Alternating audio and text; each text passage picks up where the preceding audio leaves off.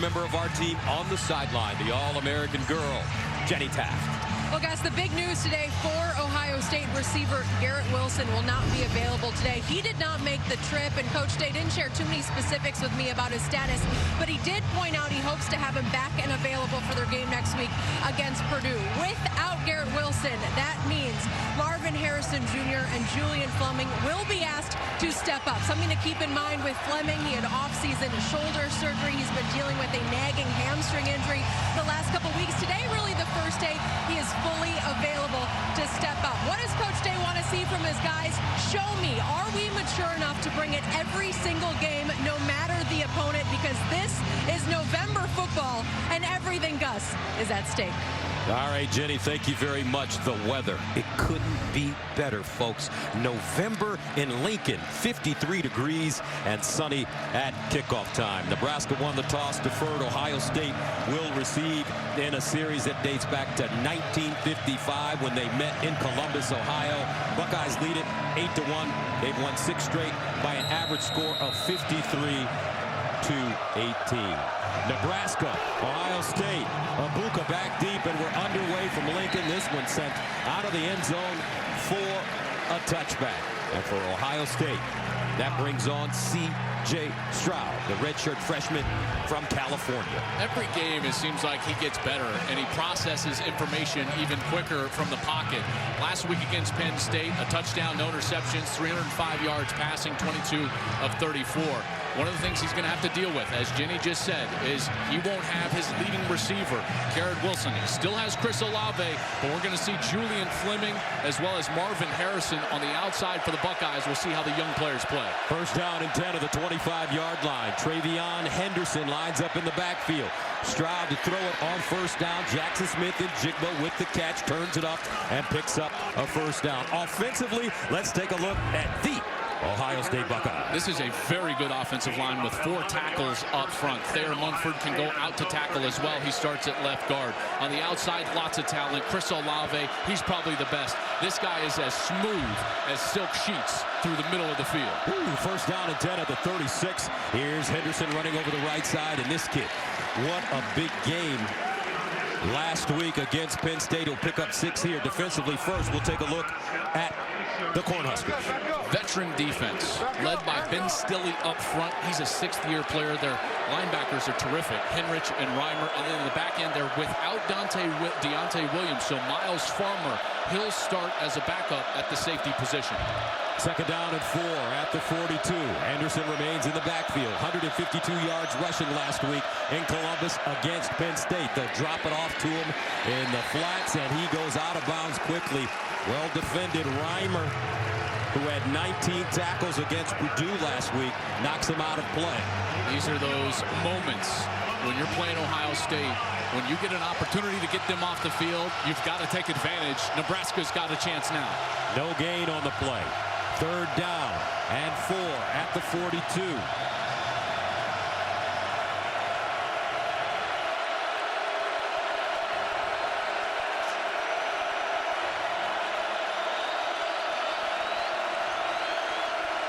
Stroud to throw it on 3rd and 4 off his back foot over the middle, caught by Smith-Njigba, and a first down.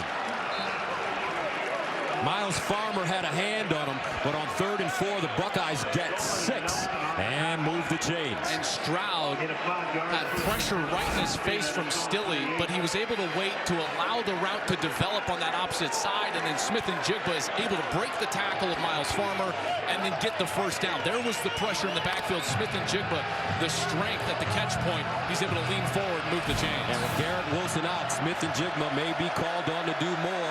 Last week, 6 catches, 97 yards against the Nittany Lions. Stroud rolls out of the pocket, buying time, and dumps it down to Smith-Njigba, and he'll go out of bounds, picks up a few. Boy, if Stroud was able to stay in the pocket there. Stilley again with the pressure. I told you he was a great player up front, and Stroud had to kind of roll out. He was wanting to look back across the field. Chris Olave was wide open. Those are one of those shots that Ryan Day likes to dial up, in particular right when they cross the 50-yard line. Opening series for Ohio State. Second down and 7. Stroud checks it down again. This time to his tight end, Jeremy Ruckert. And Ruckert will fight for extra yardage as Reimer brings him to the turf. This was that last play I was talking about. Right when they get close to the 50-yard line, what they try to do is they dial up a play. And look at Olave. He's going back across the field. He's wide open. And Stroud had to leave to the right side and was not able to find it. Brian Williams checks in at running back now on 3rd down and short. Stroud, option, keeps it, and will not pick up the 1st down. Well defended by Nebraska as Caleb Tanner brings him down. A 1-yard run, and that brings up 4th down. There's Tanner on the outside. He does a great job of playing the option. What are you doing running the option against Nebraska? These guys see it every day. As Tanner played it perfect. Look at him. He sits there, forces Stroud to keep the ball, and then makes the tackle. Ryan Day will go for it. Buckeyes still on the field on 4th down. 4th down and 1. And here comes the crowd. OSU 5 of 13 on 4th down conversions this year. TreVeyon Henderson back in the backfield. Stroud to throw it. Stroud steps into his throw. And caught. No! Incomplete. Rucker dropped it. And Ohio State turns it over on downs.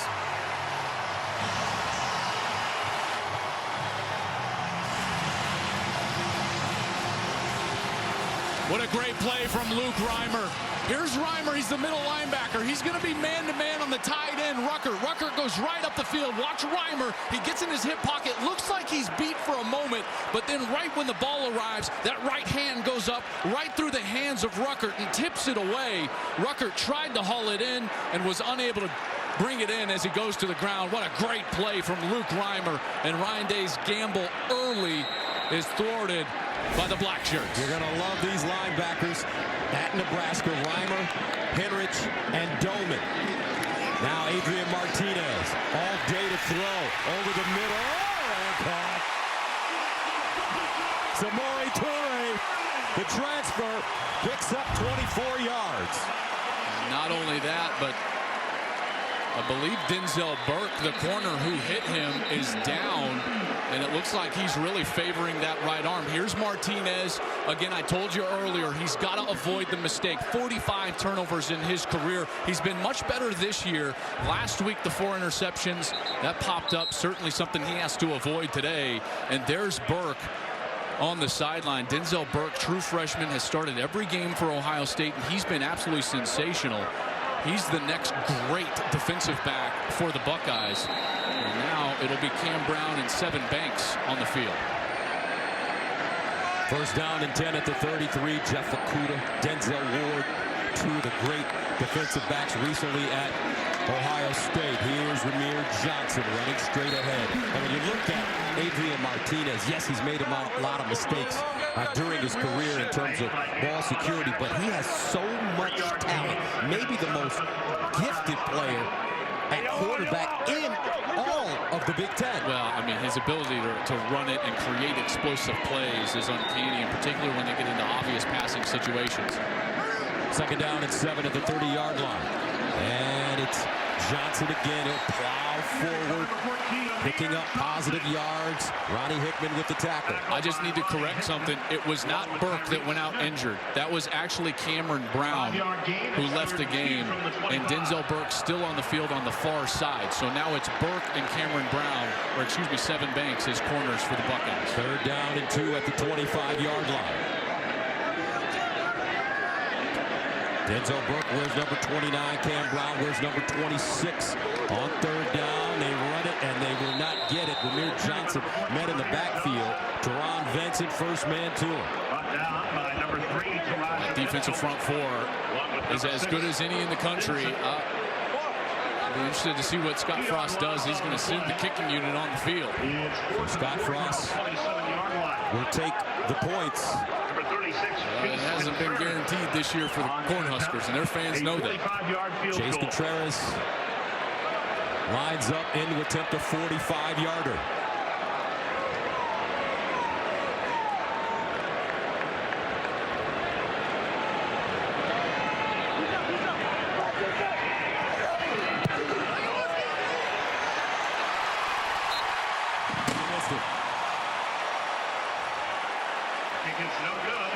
Nebraska coming up empty, moving the ball on their first series.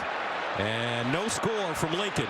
When we come back, Ohio State on the field once again.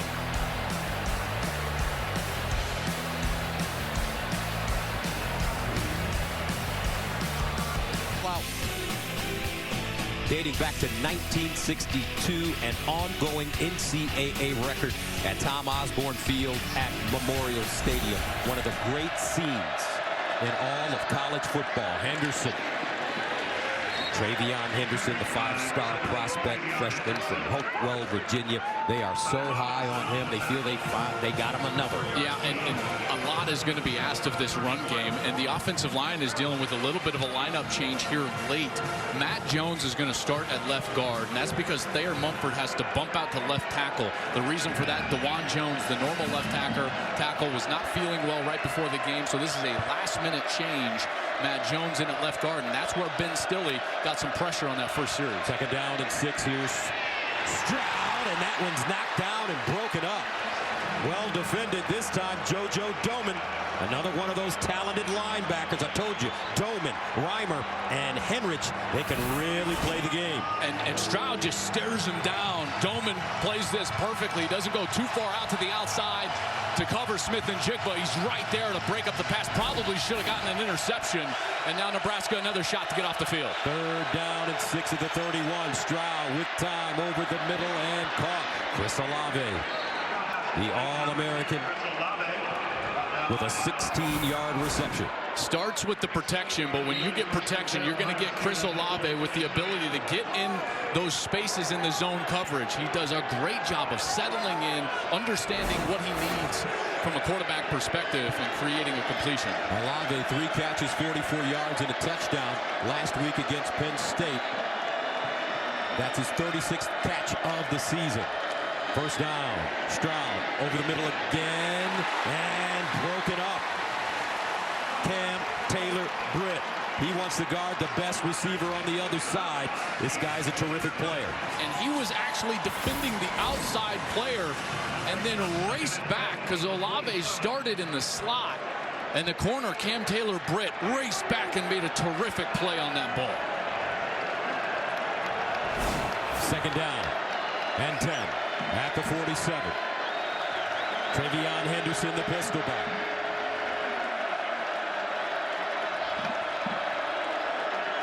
Smith-Njigba in motion. TreVeyon Henderson with the run, and he'll get over the line of scrimmage. Pick up about 4 on the play. Reimer brings him down.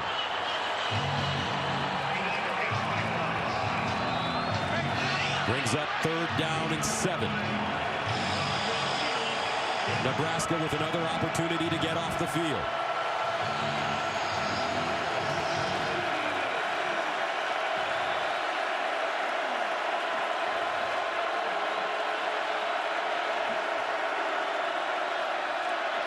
Stroud looking, delivers, and it's caught by Smith-Njigba. I think the best thing that Jaxon Smith-Njigba does is run routes. This guy is sudden, and you never know where he's going until he's already there. It's a mark of a great route runner. Watch that stop on a dime. You get the slip from Cam Taylor-Britt because he's just stopped too fast, and Smith-Njigba is right there for an easy conversion. First down, Ohio State.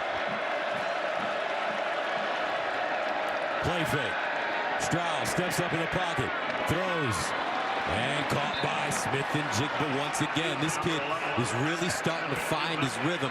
He's had back-to-back 6-catch games against Indiana and Penn State. Had a career-high 7 catches as well as 2 TDs against Oregon week 2.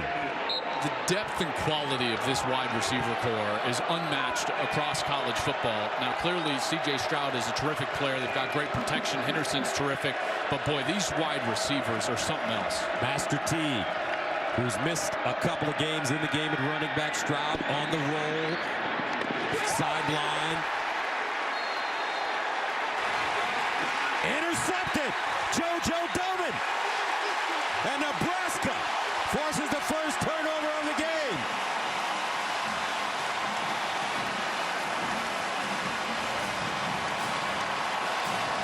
Domann played this perfectly as Stroud's rolling out to his right. He's trying to get Smith-Njigba on the sideline, who's just going to drop out of his route. Put your eyes right about the 5-yard line. Doman basically runs the route for him. Smith-Njigba slips just a little bit. Doman is right there to intercept the ball. And like you said, Gus, these linebackers, they're terrific. Really the heart and soul of this defense. And Doman with the biggest play of the game so far. C.J. Stroud hadn't thrown an interception in the last 4 games. Big Noon Saturday is sponsored by AT&T Business, keeping your business connected with AT&T 5G. And by State Farm, like a good neighbor, State Farm is there. Nebraska has the toughest schedule in the country, folks. They've lost to 3 teams ranked inside the top 10 of the college football playoff rankings, and all of them have been one-score games. And after this game against the number 5 Buckeyes, wow, they got Iowa and Wisconsin. No rest for the weary. Not at all. First down, though. And they'll run it. Johnson looking for a hole and has one. He'll pick up 6, maybe 7 yards on the play. Cody Simon with the tackle. But how about C.J. Stroud? In high school, he threw 1 interception for every 50 passes he threw. And if you think that's good, coming into this game, 1 for every 73 passes in college. And Nebraska turns him over early. That has to be a confidence builder. No doubt about it. And that defense has given this team confidence all year. They haven't been out of any games because of that defense. And they'll swing it out wide. Vokalek, backup tight end, junior from Missouri, will pick up 5 yards. One thing about this Scott Frost team, they play hard, but self-inflicted wounds. It's been the story for them this season. Because of this man, Adrian Martinez with the turnovers. First down and 10 at the 21. Martinez drops it off in the flats. Johnson with the running room, and he'll get up the field for positive yardage. Bryson Shaw knocks him out of play, but a flag is down. Flag is back near the line of scrimmage on this near side. Holding offense, number 88. 10-yard penalty from the spot of the foul. Repeat first down. It's Levi Falk, number 88, coming straight at you. There he's got Cam Brown wrapped up with that right arm as Ramir Johnson was hitting the edge.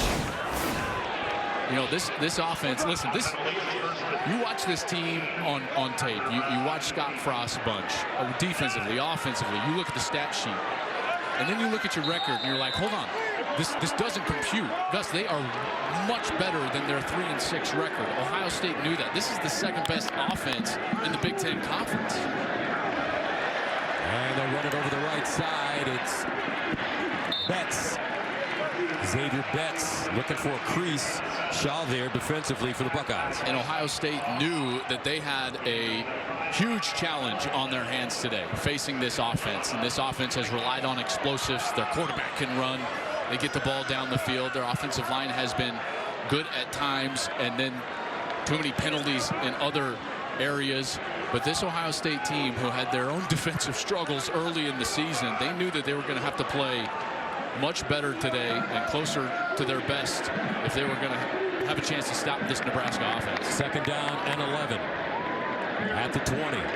Martinez, play fake, bounces out of the pocket, on the move, and we'll just throw this one out of bounds.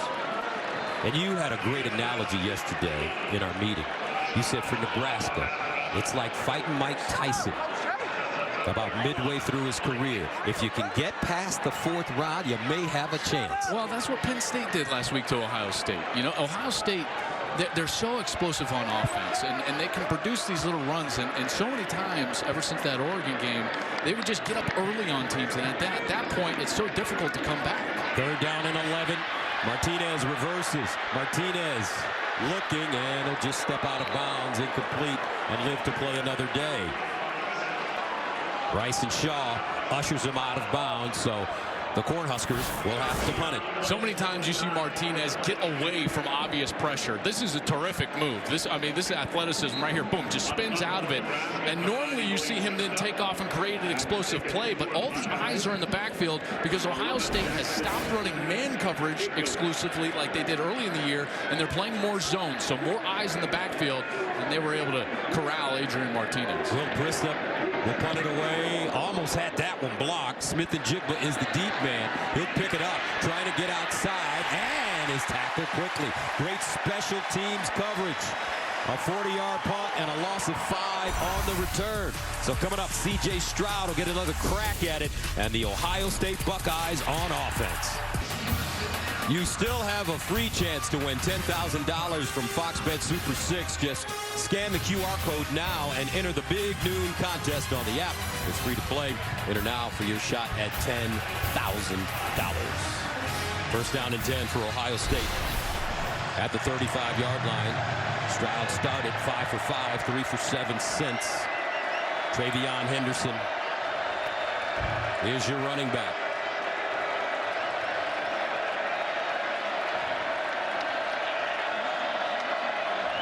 And they'll give it to him, running right, cuts it back, and crashes forward. TreVeyon Henderson stopped by Henrich, and he'll gain 4. This offense, folks, statistically, best offense in the country. Scoring offense, total offense, second in yards per play. Moved it a little bit here so far, but Nebraska has held strong in this first quarter. 2nd and 6.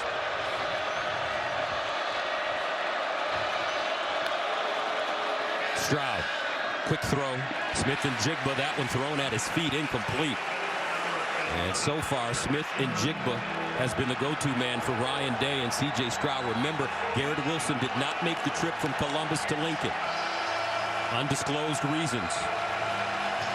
13 passes, only 5 runs. I thought that they would try to establish the run a little bit, in particular with how they struggled to run it in the first half last week against Penn State. You don't run it well, you wind up in this obvious 3rd down situation. 3rd down and 6 at the 39. Buckeyes 3 of 4 on 3rd downs to start this game. Smith-Njigba has been the major target. Stroud bounces out of the pocket, squares his shoulders, and just whizzes it out of play. Once again, the corner's prepared.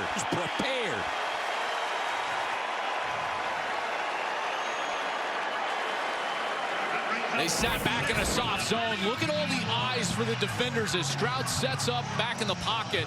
All the eyes of the defenders in the backfield, looking at their man, understanding the route structure. And then as Stroud leaves the pocket, there's one of those linebackers, JoJo Doman, the nickel. He comes flying up and prevents Stroud from getting that ball off clean. So a rare 3 and out for Ohio State. Jesse Mirko will punt it away from his own 25-yard line. Oliver Martin, number 89, is the deep man. Hovering around Martinez. And the Nebraska offense, they've been moving the football. Let's see if they can continue right after this. Protect what matters most. Above and Beyond, sponsored by Jersey Mike's. Be a sub above. And this defense for the Buckeyes has been above and beyond ever since those first defense for the Buckeyes has been above and beyond ever since those first 2 games. They struggled mightily. 33 points per game given up. Last 6, only 15. Every category they have improved, in particular stopping the run. And you got to give Ryan Day and that coaching staff a lot of credit. They evaluated a lot of things, made some changes, and they've been playing much better. First down at the 25. Martinez bouncing around, dancing around, and he will be sacked. Ohio State putting pressure on the quarterback, and that'll be the first sack of the game. Jean-Baptiste getting home. Check out all the eyes in the backfield. This is the change I'm just talking about. How do you improve so much on defense? They put the eyes in the backfield, no easy throws, let the rush get home. Because remember, Gus, that front 4, that defensive line is one of the best in the country. And they had to allow them the ability to dominate the game. You don't do that by giving up big plays and easy throws on the outside. So they got out of some of that man coverage. They allowed those defensive players to look into the backfield to rush to get home. 2nd down and 14 at the 21. And Johnson straight ahead into the arms of Cody Simon. Look I said, credit to Ryan Day. And the reason I say that, even though he's the offensive play caller, is because he had to evaluate his program with clear eyes. And Nebraska can't get open.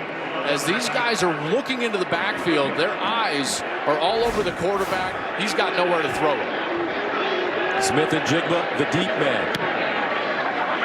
He'll backpedal and catch it over his shoulder at the 20. Turns it up, looking for a crease, and goes out of bounds at the 35.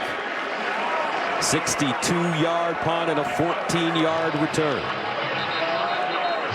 Let's take a look at the current Big Ten standings presented by Discover. Here's what we got. How about that huge Spartan victory last week over on the east side? Michigan State stays undefeated. They're currently in the top floor.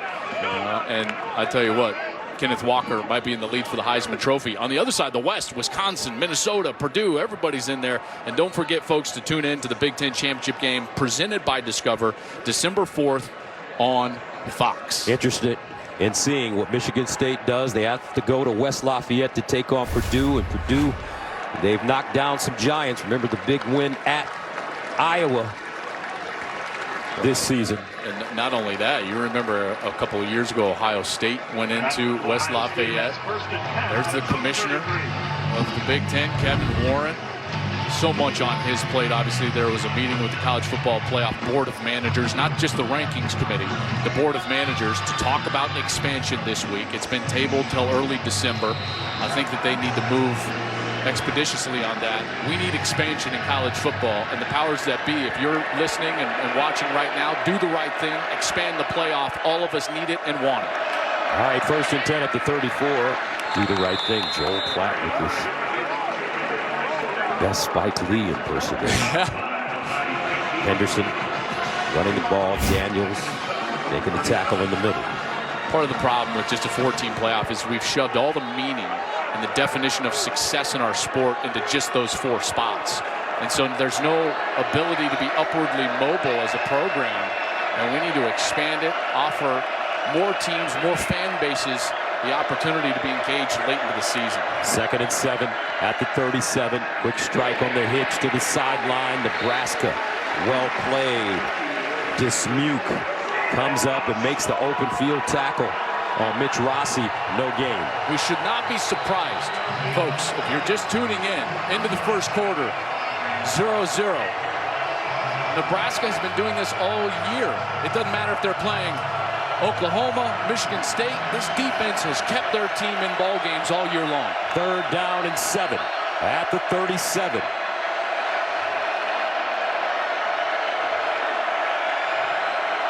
Stroud, will he snap it?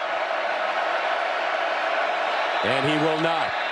So how about this, folks? Nebraska, if you use that Mike Tyson analogy, trying to get past the first 4 rounds, they got past one big one there. No score at the end of one here in Lincoln.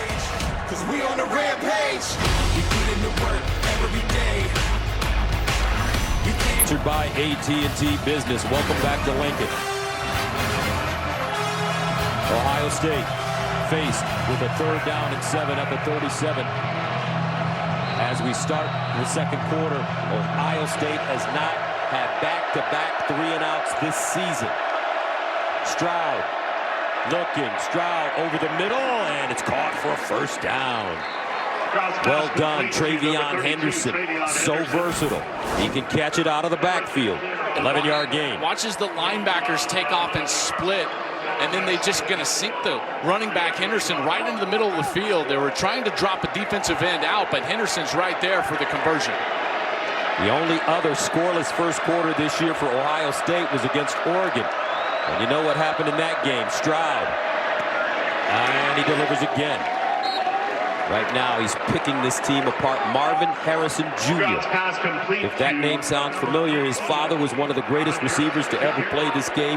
NFL Hall of Famer, Indianapolis Colts legend, Syracuse icon. And he's getting a huge opportunity today because Garrett Wilson is not here on the trip. 1st down at the 39. Stroud stepping up, buying time, delivers, incomplete. Olave the target and a flag. Miles Farmer in coverage.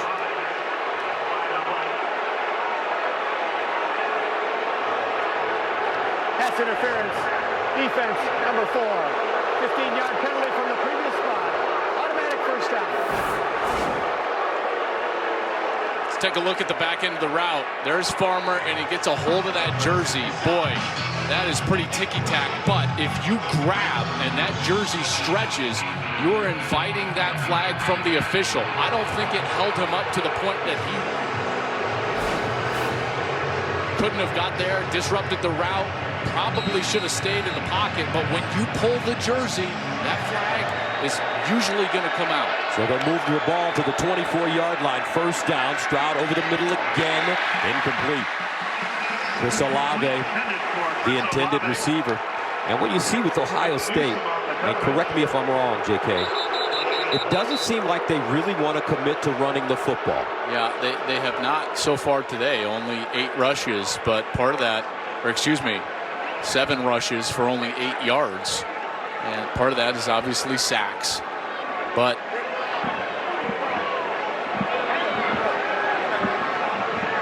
this is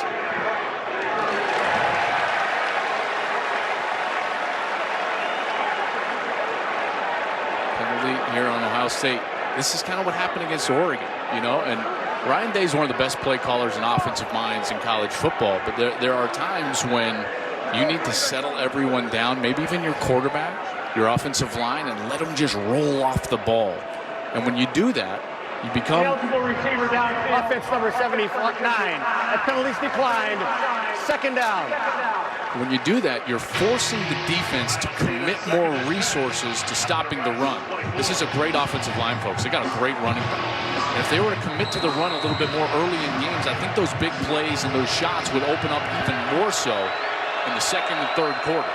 Second down and 10 to the 24. TreVeyon Henderson really exploded in the second half in Columbus last week against Penn State. 152 total yards rushing the football and a score. Stroud gives it to him through the middle. And they'll get inside the 20. Number 32, TreVeyon Henderson. Henrich with the tackle. Nebraska's been trying to play soft zone coverage here on third downs and force Stroud to hold the ball in the pocket and try to get somebody there in the rush. Third down and 4 at the 18. Buckeyes in the red zone for the first time.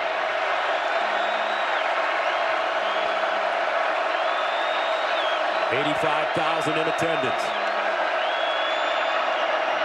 And Stroud runs it and picks up the first down on his own. Ball carried by number 7, Stroud. Not the most mobile quarterback, but he is serviceable when he needs to pick him up and put him down. I was just going to say, that's been one of the biggest difference covering this team from last year to this year, obviously, is Fields' ability to hurt the defense and convert on third down. But that was a great read by Stroud. Later in the season, we're seeing more resources, the defensive ends from defenses crashing down on the running backs. That has been open, that edge, the ability to hold the edge with the quarterback, equal out the numbers, all of those different things. It basically means this: you can block everybody when your quarterback runs, and he's able to convert a first down for the Buckeyes. 8th play of the drive, first down and 10. And a timeout called by Ohio State. Back in 30 seconds.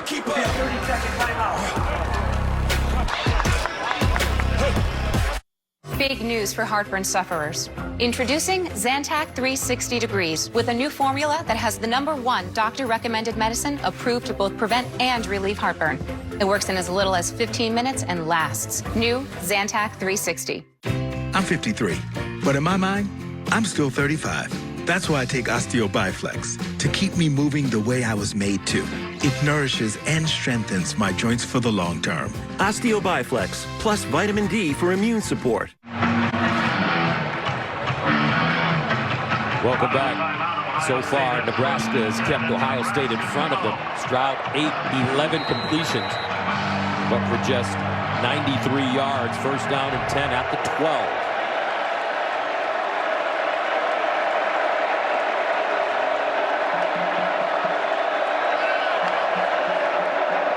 Henderson. It'll get inside the 10. We saw that stat last week. Ohio State struggled mightily in the red zone. Tackled by Luke Ryan They didn't run the ball well inside the red zone. They didn't get enough movement. That didn't allow them to get on the edge. They had a couple of tries inside the 5-yard line. Couldn't punch it across. Now, Penn State is terrific in the red zone on defense. We'll see if Nebraska can hold up here. 2nd and 6. Remember, these receivers, very crafty. Keep your eye on Olave and Smith-Njigba, number 2 and number 11. Here's C.J. Stroud in trouble. Stroud incomplete. That one whizzing out of the back of the end zone. Jeremy Ruckert, the tight end, the target. Great opportunity here for Nebraska. This would be a huge win, and Stroud took a big shot and was slow to get up. Here was that shot as he's scooting up in the pocket. I thought he might run for a moment, and they're right under the armpit, folks. That is the worst hit to take as a quarterback, other than getting hit right in the jaw. Your arm's up trying to throw the ball. You take one right in the ribs. He cannot be feeling good right now. 3rd and 6 at the 9. Stroud dumps it off. Out wide, TreVeyon. Henderson stood up and taken down. We got some hungry Cornhuskers on defense today, folks, as they turn away the Buckeyes, who will have to try a field goal. JoJo Doman again. And the red zone troubles continue for Ohio State. Henderson's taking off right out of the backfield, and Doman is right there. The recognition is perfect. He plays it perfect, keeps his outside arm free, and is there for the tackle. Open field tackling is not easy against a guy as skilled as TreVeyon Henderson. He's got some help from the inside, and there are those linebackers again for the Huskers. Noah Ruggles in to attempt a 26-yarder, and he remains perfect. 12 for 12 on the season for Noah Ruggles, but it's a victory for the Cornhuskers. They hold the Buckeyes to 3 here in the 2nd quarter. Back to Lincoln right after this. In history, Ohio State with a 3-0 lead.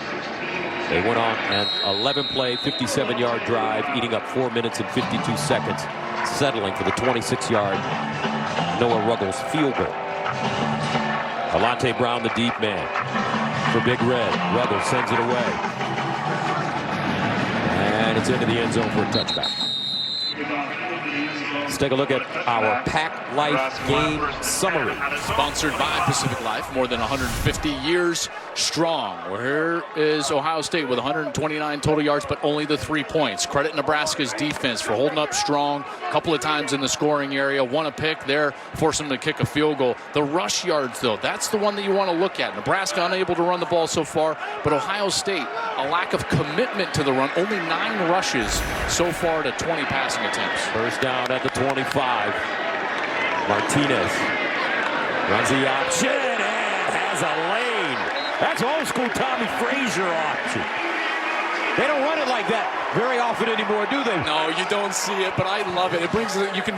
I hope you can hear that I have a smile on my face seeing that, right? Growing up as a kid in the old Big 8, you see all those wishbone offenses. Oklahoma, Colorado did it with Darian Hagan, of course, Tommy Frazier, and all the terrific option quarterbacks here in Nebraska. Scott Frost told us yesterday that's something that he wants to make more an identity here with the Cornhuskers, and there Martinez did it perfectly. First down, Martinez again runs the same option to the short side, and he'll lose a yard.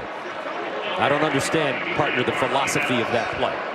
This one was just more of a speed option. You're not reading necessarily like a triple option. So he's supposed to be attacking the outside shoulder of the end man on the line of scrimmage. There was no one there. It was kind of a muddy look, right? Well, he can't just string that one out down the line of scrimmage. As a quarterback, you've got to set your course and then also allow that pitch relationship to stay with you so that you can pitch the ball out if need be. As a quarterback, you've got to stay that inside track, force a defender to take you if you're going to run the option. Second down and 12 at the 36. By the way, I couldn't do it. That's what Darian Hagan told me when he was a coach in Colorado. Here's Martinez, sprints out of the pocket and just guns it out of bounds.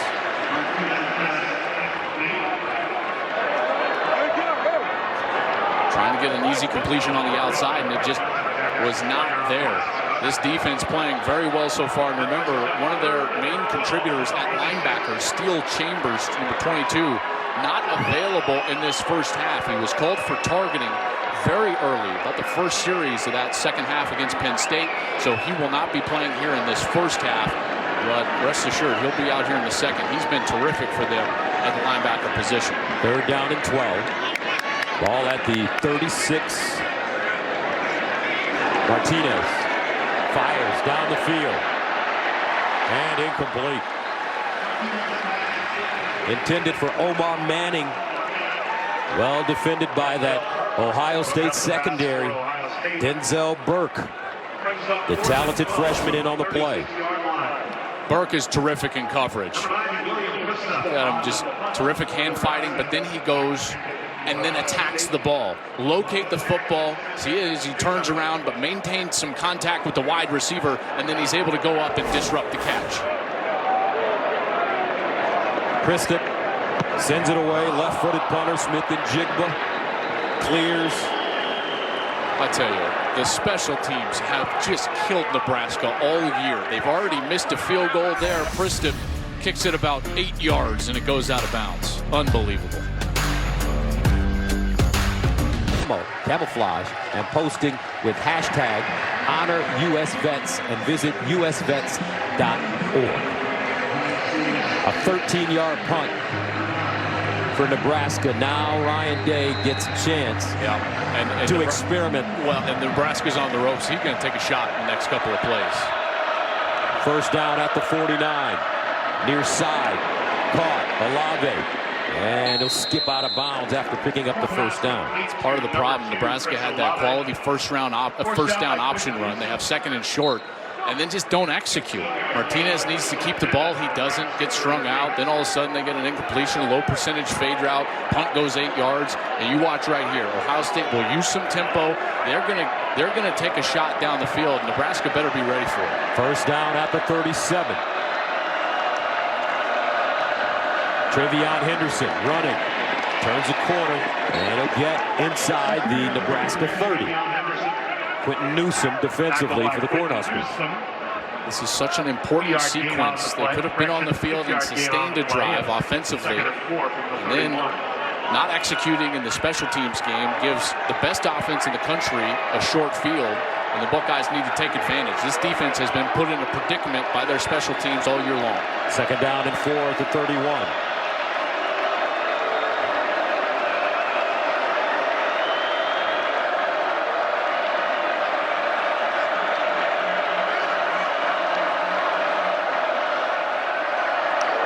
Stroud drops back, sets, delivers. Smith-Njigba, nice hesitation move, and he'll get down the sideline. Number 11. Jaxon Smith-Njigba, the sophomore from Rockwall, Texas, gains 17. Check out all the traffic that you're going to get from this side, and then Smith-Njigba, he's coming from the left side, and then the defender can't get over the top, so you create space against man coverage. Beautiful design there. Ryan Day uses that crossing route a lot. That mesh, it's called. You send guys over from the wide side of the field, force the defender to run around, a big looping run around, and then there you go. Smith-Njigba has room to run. 1st down at the 14 for Ohio State. And it's a run. Henderson spinning, and he'll get to the 10. Luke Reimer with the tackle. 4-yard gain. We'll see if they can fix these red zone issues. They came into last week's game, this offense, to one of the better red zone teams in the country. And they were just absolutely stifled by Penn State. What kind of things do you want to run in the red zone? Well, if you can just run the football, you're going to have a ton of success. The problem is that they weren't able to just run the ball with TreVeyon Henderson. When you don't have Justin Fields' ability to run at quarterback, that also makes it difficult. And here's Henderson again. Go out of bounds around the 7, maybe the 6. Miles Farmer pushes him out of play. And this is quality run game. 2 handoffs creating a 3rd and short. So now everything's at your disposal. Then the next thing that comes up, Gus, is can your receivers win one-on-ones? That makes you good in the red zone. And also, can you have some of that creativity? Can you have some misdirection and have a guy own the middle of the field against linebackers and safeties? That's Jeremy Ruckert, one of the best tight ends in college football. 3rd down and 2 at the 6. Nebraska has bend but don't break. Henderson, the single setback. They give it to him straight ahead, and he'll pick up the 1st. By 32, TreVeyon Henderson. Nick Henrich Brings him down, but a first down for the Buckeyes. Check out the tight ends. You talked about Ruckert. We just talked about his ability in the passing game. Great block. And that's the block that Henderson reads and just moves over, scoots over just behind that tight end, lowers his pads, and then is able to move the chains and create first and goal. First down and goal at the 3-yard line. Jeremy Ruckert. Henderson in the backfield. Stroud sprints out, squares, throws. Touchdown! It's Olave. And Ohio State taking a 9-0 lead. They get the short field and go right down the field. They take advantage. Olave, great route. Look at him. He just waits until the corner, Cam Taylor-Britt, turns his eyes back to the quarterback. Then he drops out towards that front pylon. A lot of teams call that Venus. It's a Venus route. You fake to the back pylon, drop out, go back to the front pylon. Stroud's right on time. And it's a touchdown for Chris Olave, who just lives in the end zone. So a 7-play, 49-yard drive for Ohio State. Remember, Nebraska had a 13-yard punt. Extra point for Ruggles is good. Buckeyes finally hit pay dirt, and they lead it 10-zip. Minnesota trying to keep their sights set on a Big Ten West title. Gus, Joel, we'll see you guys at the break. All right, Stoner, thank you very much. Chris Olave now with 32 career touchdown receptions. He's already passed Devin Smith, and now has his sights set on Ohio State's all-time leader, David Boston, who had 34 from 1996 through 1998. And the ball fair caught inside the 5. Tomorrow, catch a special Fox NFL Sunday pregame show live from Annapolis at 11 a.m. Then at 4, it's one of the biggest games of the year. The Packers take on the Chiefs. It all kicks off tomorrow on Fox and the Fox Sports app. Big story this week, no Aaron Rodgers tested positive for COVID, so Jordan Love will get his first career start. Can't wait to see that one. There's no doubt. See if the Chiefs out of their funk a little bit, right? Yeah, they are a little funky right now, but they still have Pat Mahomes. He's good.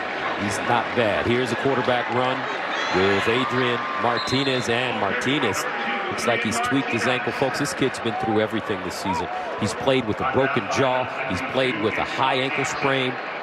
Today, folks, or yesterday rather, was the 10th anniversary of the passing of his mother, who died of cancer when he was 11 years old. So his mind and heart is with her today. 2nd and 6 at the 29. Martinez, play action. Stands in the pocket and delivers a great throw. Austin Allen will go down at the 45. Bryson Shaw with the tackle. Great route here. 26 yards. Austin Allen finding the soft spot. Ohio State gets caught in a little bit of a pressure look, a blitz look. Martinez finds one of his best targets, Austin Allen, for a first down. First down at the 45. Now they run it with Ramir Johnson and have room. Remember, Austin Allen, folks, he could play for Fred Hoiberg on the basketball team. That's right. He's a legitimate number 11, 6 feet 9 inches. I tell you what, 255, great hands, good route runner, had 3 catches last week. Came into the game with 27 catches, over 370 yards, and 2 touchdowns. 2nd down and 4 at the 39. Best drive of the day so far for Big Red. Here's Martinez. Over the middle again. This time it's Omar Manning. Martinez limping. 14-yard gain. So on back-to-back plays, well, 3 plays, 26 yards, 6 yards, and now 14. He is clearly limping. When he went down earlier in the series, he tweaked something in that ankle. But boy, he's showing a lot of heart so far, hanging in the pocket. First down at the Ohio State 25. Ramir Johnson. Johnson, the redshirt freshman from New Jersey.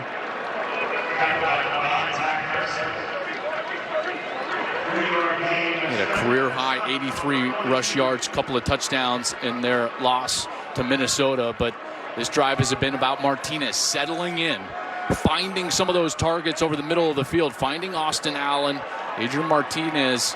If they're able to come back, he'll be the reason. This is a very talented player, folks. 2nd down and 7 at the 22. Martinez to throw it one more time. Winds up. And incomplete. This time, Levi Falk. They already had to settle for a field goal earlier in the game. They missed it. Now the Buckeye defense, they've got a chance to force the Huskers into a field goal situation. They got to look towards their best target. Their best target is Austin Allen. It's the guy that Adrian Martinez talks about that he trusts the most. He's the guy that can body up those safeties at 6'9" and create some space and maybe move the chains. 3rd down and 7 at the 22. Here's Martinez. Interesting play call there. Boy, especially with him hobbling a little bit, and now I think Scott Frost is going to kick it. Good play by the defensive end, the youngster, JT Tuimoloau. He kept his outside arm free, number 44 for Ohio State. They were trying to hook him, get around the end, but he forced that play back to the inside, and now the Huskers will have to settle for a field goal attempt. So Contreras missed a 45-yarder, this one from 39 yards away.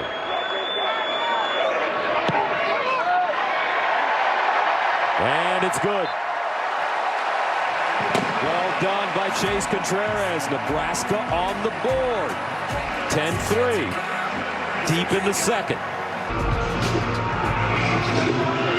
Buddy always asks me, where was the most fun place to play? Right here, Lincoln, Nebraska. You were 2-0 here, weren't you? Great fan. Well, that's partly what made it fun. Oh, Colorado quarterback. Now Ohio State deciding to run it. And this is Emeka Egbuka with the return. Today's game is featured on the free-to-play Fox Bet Super 6 app. One of the questions in the contest is which team will have the longest touchdown and how long will it be, Ohio State or Nebraska? There are chances to win all season long. This is a very important series for this Nebraska defense. You know, this Ohio State team, they can almost act like a basketball team. Gus, you know, calling basketball. Basketball is a game of runs, right? You got to stay close in the middle of those runs, in the midst of those runs. This defense has got to maintain their proximity. CJ Stroud to Smith-Njigba. Great move. Gets down the sideline. And a burst. Smith-Njigba. Touchdown, Buckeyes. Touchdown, Ohio State. Partner, that's exactly what you just said. This team is so explosive. They rely on these runs in the middle of games to get 2-3 possessions ahead of their opponent. Smith-Njigba, this is just an ordinary route. He's just going to run just inside. He gets the completion, but then it's turn the jets on. And watch his partner down the edge. That's Chris Olave, the unselfish hustle, getting down the field and getting just enough of a block right there to get his teammate into the end zone. What a terrific play from Jaxon Smith-Njigba. Again, ordinary pass. Just a little hitch route from the inside slot receiver, and he's able to take it the distance. Explosiveness. Smith-Njigba with a 75-yard touchdown, and he's putting up some gaudy numbers in the first half. 7 catches, 140 yards with the 75-yard strike. So Stroud putting it on the money. Smith-Njigba does the rest. Buckeyes up 17-3.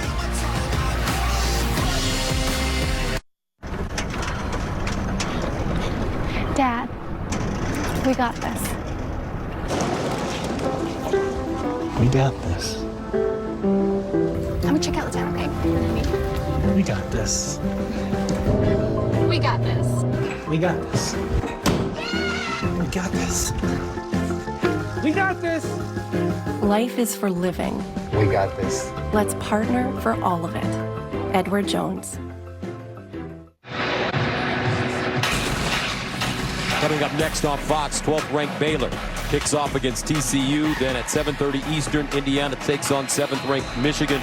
Only on Fox and the Fox Sports app. And we'd like to give a shout out to Gary Patterson, who stepped down as the head coach at TCU. We knew Coach Patterson for many years covering the Big 12. What a great football coach, and we'll certainly miss him. Absolute legend. Felt like he was done wrong there. Should have been able to coach the last month of the season. His team, you got a statue, that should be the rule, right? You get to finish the season. Let's go downstairs to Jenny Taft. Well, quick update, guys. We were a bit concerned about that ankle for Adrian Martinez. Well, he was shaking it off on the sideline, telling his teammates he is totally fine, good to go. And when we sat down with Scott Frost yesterday, remember, yes, he's acknowledged his ups and downs, but everyone, including Frost, his teammates, describe Martinez as a fighter. No doubt we'll try to respond right here, guys. Part of the issue is that he was battling a high ankle sprain, and thus you don't have to roll your ankle for that to reoccur. It can just be someone banging into it. I think that's what happened on that last series. First down at the 25. Amir Johnson, Cody Simon, Tyreek Smith combining on the tackle. This defense is just so much different than it was early in the season. We did their first 2 games of the year, and you think to yourself, like, what's wrong with this defense? It's just not the same. And they've got more experience from young players like Tuimoloau, number 44, the defensive end, but they're also just keeping the ball in front of them and not giving up the big plays. Second down at 7. Martinez sets up deep in the pocket, guns it. And caught! Torrey! Can he get there? Samori Torrey! Touchdown, Cornhuskers! 72 yards!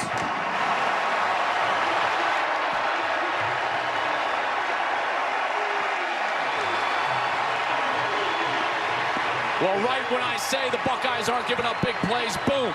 One of the most explosive offenses in the Big Ten strikes. Watch the safety. He's going to get too far over to his right. Martinez half rolls to the left, and as soon as that happens, the safety clears the middle of the field, and then Torrey is wide open. Lathan Ransom cannot catch him, and he's gone for a touchdown. What a huge touchdown for the Huskers. Samori Torrey, 2 catches for 47 yards last week against Purdue. He's the transfer. What a play. Nebraska with new life. Ohio State, Big Red. First half's been exciting. Back after this. Big news for heartburn sufferers. Introducing Zantac 360 Degrees with a new formula that has the #1 doctor-recommended medicine approved to both prevent and relieve heartburn. It works in as little as 15 minutes and lasts. New Zantac 360. I'm 53, but in my mind, I'm still 35. That's why I take OsteoBiflex, to keep me moving the way I was made to. It nourishes and strengthens my joints for the long term. OsteoBiflex, plus vitamin D for immune support. Don't forget, you can find all of Joel's Breaking the Huddle content, including his weekly top 10 rankings at foxsports.com, the Fox Sports app, and CFB on Fox social platforms. So Samori Torrey, the transfer from Montana, where he caught 155 balls in 2 seasons, has really done a terrific job as a Cornhusker. Yeah, he has. And they talked about his maturity when he came in, and right away, he was unselfish, didn't demand anything. He was just mature and had a mindset that he was going to work for everything that he got. That earned the respect of the guys in the locker room. He started making plays on the field in practice, then started making those plays in the game. None bigger maybe than that last one. A huge touchdown to draw him within a score here with Ohio State. 2:53 to go. Buckeyes give it to Henderson, and Henderson upended at the 30-yard line. After a scoreless first quarter, folks, we've had scores on the last 4 possessions. So Nebraska gets the ball to start the second half.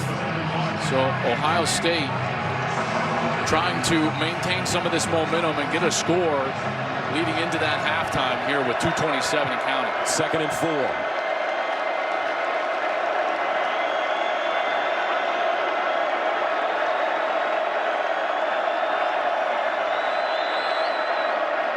Henderson, and he will gain a yard. Reimer with contact before he got to the line of scrimmage, and it's only a 1-yard gain. Boy, and if you could get the ball back with some time, that would be even a bigger plus. A huge opportunity here for the Huskers. Nebraska with all 3 of their timeouts, and they'll get it again. This defense came to play. Especially these linebackers. This time, it's Casey Rogers.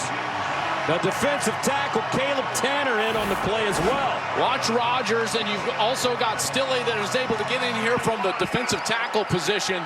They just do a great job of getting upfield, getting into the backfield, and Henderson's got nowhere to go. Great job penetrating those gaps, getting off the field, and giving their offense a little bit of time. And Nebraska will take a timeout with 1:49 left. Boy, this defense has been good all year, Gus. This defense has given their team a chance to win, even in big matchups. Michigan State. The Oklahoma game that we did earlier in the game. And it's always been they have never capitalized with their offense or with their special teams. This is one of those moments. Folks, Nebraska gets the ball to start the second half. They're one score down. This is the sequence in the game where they have to take advantage and potentially take this ball and go put it on the board. Oliver Martin, the deep man for Nebraska at the 25. Mirko punts inside his own 20. End over end. Fielded inside the 20.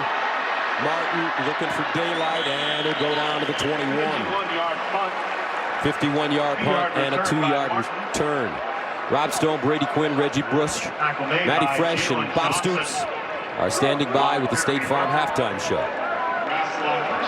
There have been some missed opportunities for Nebraska. Missed a field goal at a 13-yard punt. Ohio State took advantage, but the defense has given them a chance here. Big sequence leading into half, and remember, Nebraska will get the kick to start the third quarter. First down at the 20 for Adrian Martinez.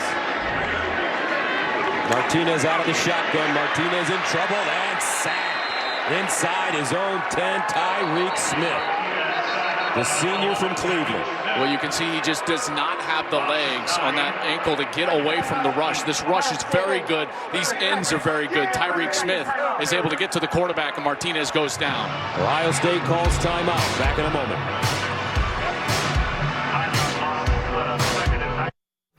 Want more from your vitamins? At Nature's Bounty, we give you more. More immune support with the only vitamin C that lasts 24 hours. More restful sleep with the first ever triple action sleep supplement. We put more of our brains into helping your heart. We give you more wellness solutions backed by rigorous science than we ever have before. Nature's Bounty gives you more so you can live bountifully. Buckeyes up by 7, 1:31 to go here in the second quarter. Nebraska faced with a second down and 19 at their own 11. Martinez over the middle, and he has his receiver Manning. And Manning trying to pick up some yardage, but Marcus Williamson is right there. One thing about this Ohio State defense, they don't have the Chase Young type pass rusher, but they're doing it by committee this season. They had 25 sacks over their last 5 games leading into today. That led the nation over that time frame. 4+ sacks in 4 of the last 5 games. They had 9 against Akron. Everyone at home, you should all nod and be like, yeah, but it was Akron. And I understand that. But it's part of the schematic change that they made. They were able to put their defensive backs and linebackers in position to play with their eyes in the backfield. That took away the easy throws for the quarterback, and now, Gus, as the quarterback holds the ball just an extra beat, it allows those defensive front 4, any number of them, and they're too deep, they can roll through there to get after the quarterback. Third down and 16 at the 14-yard line. And Nebraska conservative this time. They run it with Johnson. And now, though, special teams has been a problem all season. Christop comes in, his last punt, 13 yards. And the reason they ran it there, obviously they wanted to be careful and not put the ball in harm's way, but also Ryan Day was the one taking those timeouts, trying to conserve some time here to get the ball back and produce a score. So they wanted to run it, and they'll probably take this play clock all the way down and then call one of their timeouts. They have 2 left. That's exactly what they'll do. Try to bleed as much clock away from the Ohio State offense as they possibly can. And now they call the timeout. Nebraska will be back in 30 seconds.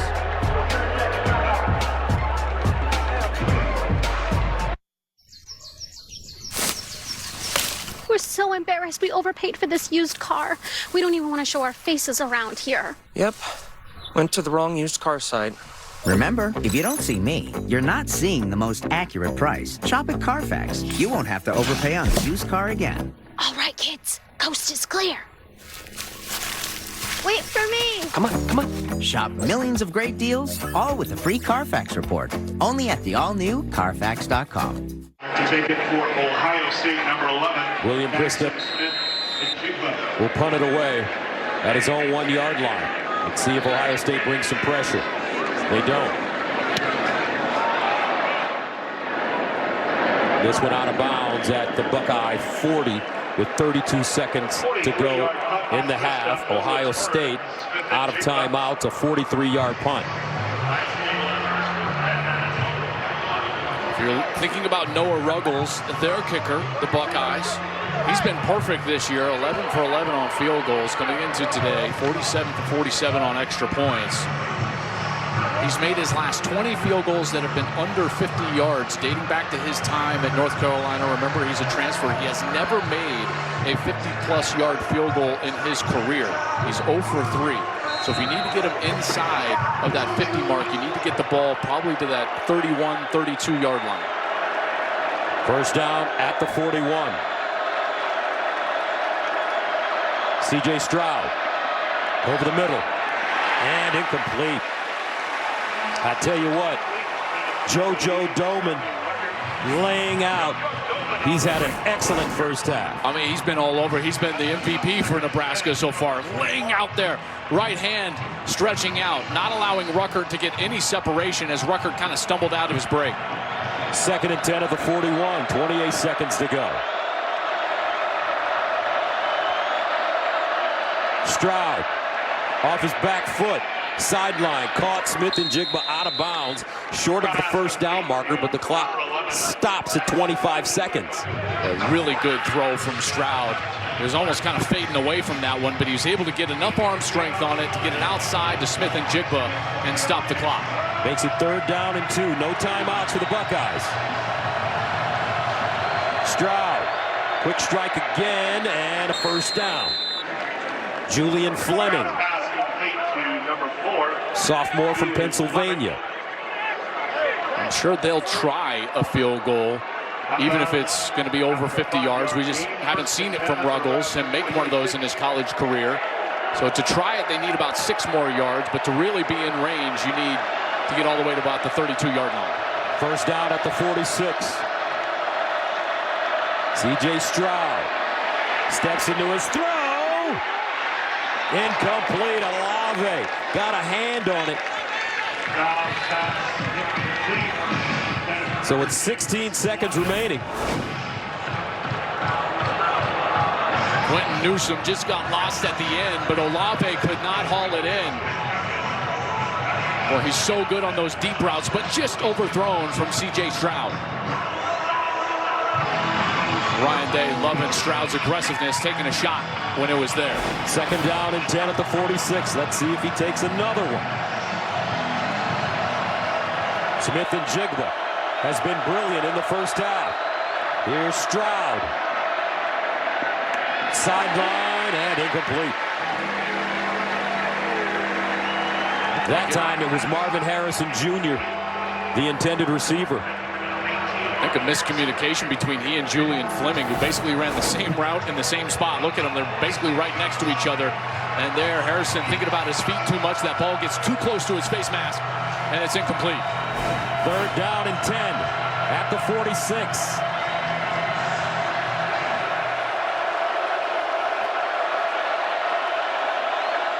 Nebraska showing blitz, and a timeout called by the Cornhuskers.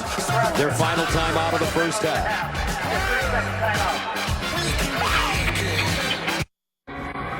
You want fries with that? You want fries with that? Want fries with that?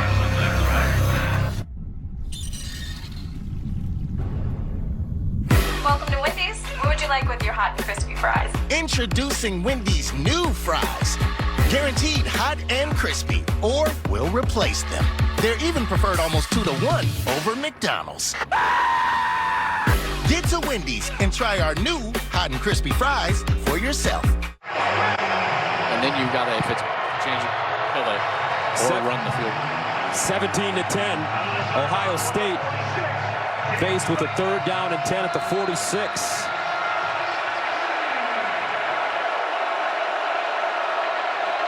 Stroud under pressure. Stroud, and he finds Olave, but he's chopped down at the 40. What a great open field tackle by Quentin Newsom. And that'll likely end the half. That ball had to go past the chains or out of bounds. That's a big break for Nebraska. Great tackle from Newsom, getting him down.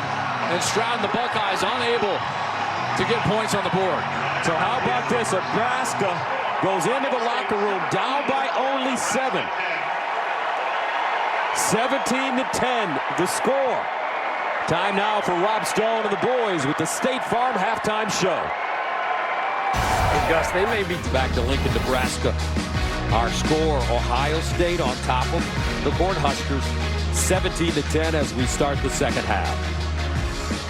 Gus Johnson, along with my partner Joel Klatt, my quarterback, and Ohio State, I tell you, they have so many weapons. They're so explosive. It's like they play fast break football. But when you look at this Nebraska team, their defense is keeping them in it. And we've got a 7-point game. You saw there was a moment there you thought Ohio State could run away and hide, but the defense did hold them in it. And it's tough because there's so many playmakers for Ohio State. Let's take a look at our second half connection brought to you by AT&T Business, keeping your business connected with AT&T 5G. This is one of those playmakers. Chris Olave, he's in a one-on-one situation. He's just too good of a route runner. He puts his eyes inside. That forces the corner to look back into the backfield, and then boom, he falls out. Great route for a touchdown. Jaxon, Smith-Njigba, 75-yard reception. This is just easy stuff. A little hitch route, and then he's gone. The hustle down there from Olave to also get the block. But you got to give Nebraska a lot of credit. Their defense was able to hold in there and then give their offense a chance to get explosive themselves. Remember, this is second-best offense in the Big Ten, and there's Martinez de Torre, and he goes 72 yards for the score, and that kept them in it. This team now is in a one-possession game. That's exactly what they needed to be in. Have some of that life and energy like Coach Stoops was talking about at halftime. Nebraska will receive it to start the second half. And it's fair caught inside the 5. Let's go downstairs and check in with JT. Well, Gus, that is only the 4th time under Coach Day that Ohio State hasn't scored in the first quarter. The last time that happened was against Oregon. Day called their offense messy early. He told me they're continuing to find their rhythm, and they're getting there. On defense, he was okay with everything other than allowing that big play. And as for Nebraska, Gus, they were fired up. Scott Frost telling me, honestly, I didn't have to say much. Our defense is leading the way. We need to be more consistent on offense, but we have a really good chance in the second half if we play the way we're capable of playing. All right, 1st down and 10 at the 25 for the Cornhuskers. Martinez to throw it on 1st down, flips it out into the flats. Toure, who had the big 72-yard touchdown in the first half. Ronnie Hickman there to push him out of bounds. But now Steel Chambers for Ohio State will be available in the second half. Here he is. He's come over. Remember, he started out his career as a running back. Last year he was academic all Big Ten. And then he goes over to the linebacker side, and he's just continued to work, and he's made himself into one of their best players at that second level.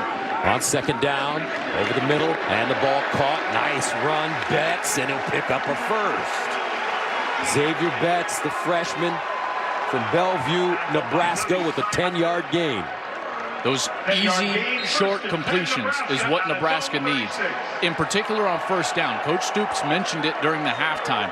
They got to quit trying to take shots on 1st down. It's led to some sacks. Then they're behind the chains, meaning off schedule 2nd and long. 1st down at the 36. Opening series for the Cornhuskers here in the second half.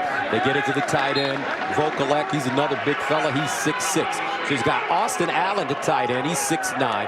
Vokalek is 6'6". Chris Hickman is 6'5". I tell you, I know Prince was a good basketball player. Charlie Murphy told me, but I don't think he wants to challenge the tight ends of Nebraska. He brought us inside and he cooked us pancakes, Gus. That's right. I remember that Dave Chappelle skit. 2nd and 8 at the 38. Play fake. Martinez and sack. Lost it, but gets it back. Harrison with pressure. Zach Harrison with the sack.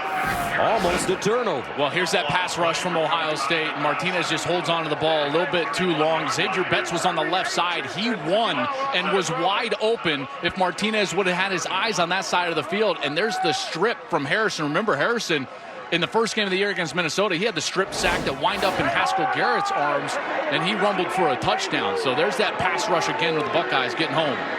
3rd down and 15 at the 31. Martinez in trouble. Martinez and sacked once again. This time it's on the other side, Javonte Jean-Baptiste.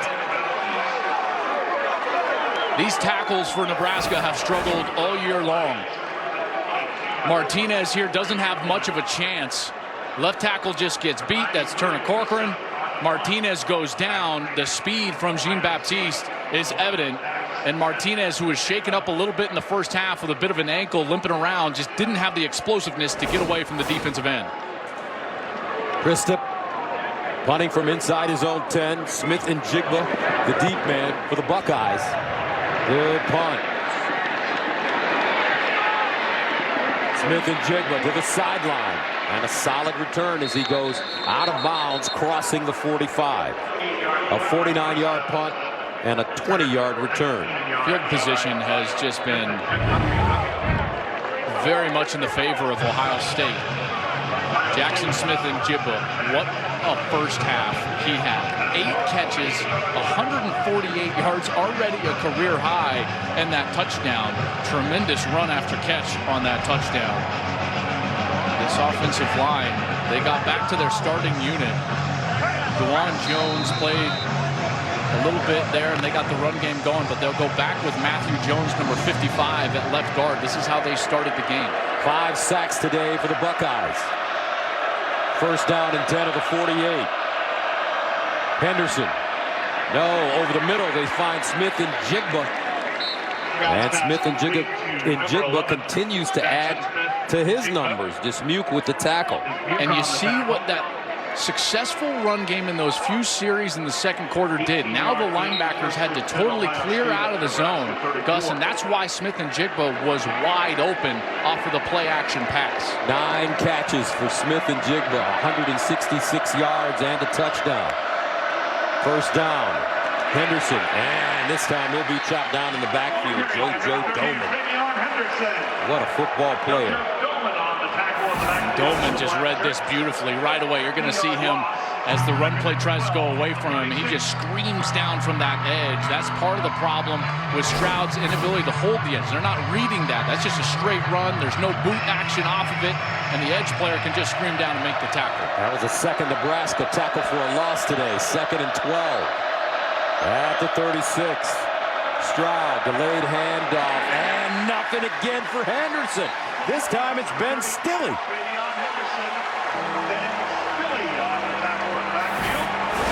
Here's Stille at the defensive tackle spot, and he's just going to win right away against Paris Johnson. Great move, slaps away, and he's right there in the backfield. Henderson had no chance. 3rd down and 14. Can Nebraska get off the field?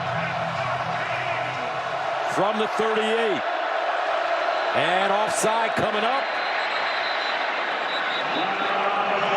Looks like Garrett Nelson got an early start. Offside. Defense, number 44, unabated to the quarterback. 5-yard penalty. 3rd down. Those of you who are parents of young children, you're going to know this analogy very well. I've got 9, 7, and 4 years old, and you know that adage, you can't give children nice things? It's like every time Nebraska gets a little momentum, they just like break it in their hands. Scott Frost has got to just be pulling his hair out over there.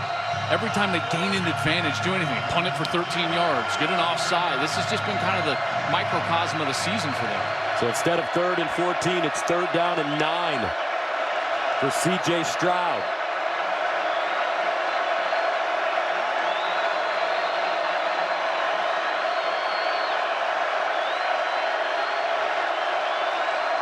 Stroud drops off a screen. Henderson, flag on the play, and Henderson picks up the 1st down, but let's see. There is a flag. Looks like there was a pretty egregious hold in the backfield, and yeah, there was. This will go against Ohio State. DeJuan Jones at right tackle got a hold of Caleb Tanner and just drug him down, kind of threw him around before the screen pass. Holding. Offense number 79. 10-yard penalty from the previous spot. Repeat third down. Watch the defensive end up top. Here's Tanner as he's going up, and DeJuan Jones, 79, just kind of slings him around. Kind of a clear hold. Wanted it right away and got it, and now it's 3rd and forever. Buckeyes had 10 penalties for 74 yards. 7 of those flags coming on false starts. Last week against Penn State. 3rd and 19. Stroud buying time. Stroud over the middle. He's got Henderson, but not enough for the first down as they get it inside the 30. And you wonder, will Ryan Day go for it on 4th and about 5, I would say? Or is he going to kick a field goal? And Henderson is injured. Well, that's not the guy you want to see on the ground if you're Ohio State. A lot of hard hitting going on in this game. And the freshman for motorcycle insurance. 17-10 our score. Noah Ruggles, the field goal kicker for Ohio State, comes in to attempt what looks like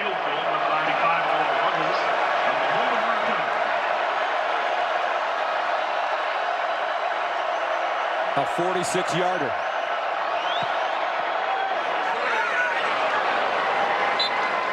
And it's good. 46-yard field goal good for Ohio State. 20-10. Back after this. 6-yarder.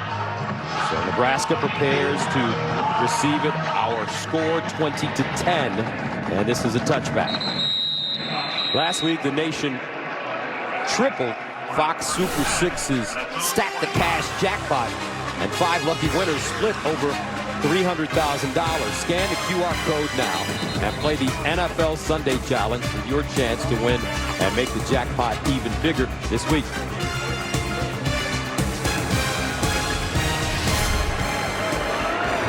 First down and 10 of the 25 for Nebraska. 5 sacks today for Ohio State. Martinez steps up in the pocket, drops it off to the sideline, finds Vokalek, the tight end. Vokalek gets close to the first down. I like Martinez's composure today. Well, remember, he's coming off a game last week against Purdue where he threw 4 interceptions, and he has been much more careful with the football. What they need to do is help him out in the play calling so that he can get the ball out of his hands quickly. This pass rush has started to take over a little bit. They can't just sit there and drop back and try to throw the ball down the field. 7-yard gain on 2nd and 3. First down, Johnson. Ramir Johnson gets to the 40. An 8-yard run, first down.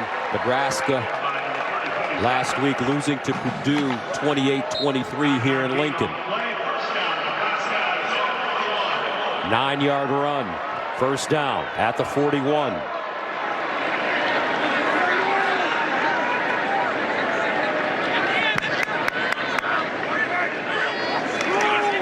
Martinez near side, and that deflected. And Tyreek Smith, the ball picked up on the sideline. But the ball deflected. Good hustle by that Ohio State team. Fields an incomplete pass. Incomplete pass. No idea why this wasn't blown incomplete right away. Here's Martinez trying to get it out to the outside. Clearly forward. Tyreek Smith doing a great job at end. All these defensive ends for Ohio State have done a terrific job, and that's where Nebraska is weakest, is at the tackle position, the offensive tackle position. Both of their tackles, and you're looking at Benhart and Corcoran, are in the top 3 in the Big Ten in terms of pressures given up. 2nd down and 10 at the 41. Martinez sets up a screen on the backside. He's got Ramir Johnson, and Johnson dives forward in front of Ronnie Hickman. You have to give a lot of credit to to Larry Johnson, the defensive line coach for Ohio State. He's a legend. Longtime Penn State coach, Ohio State icon. He knows how to get these young men ready. What a wonderful coach and a wonderful human being. 3rd down and 4. He's the best defensive line coach in the country. Yes, he hands is. down. For a long time. Martinez in trouble. Martinez incomplete. Vokalek was open, but Adrian Martinez unable to put it on him. They've got routes that are going to develop where he can attack some of the space, but he doesn't have time to sit in the pocket and get there. Watches these routes. It's a slow developing route, but he's got guys over the middle, and he's got to back up and drift over to his right because of Tyreek Smith, number 11. He wins inside, and he's asking his tight end to sit down against that zone so that he's not running into a covered man. Christop from the 33. Smith-Njigba back deep, signaling for the fair catch, and has it out of bounds at around the 13. And a flag has been thrown. This will just be the space where you got to give the return man space to catch the ball.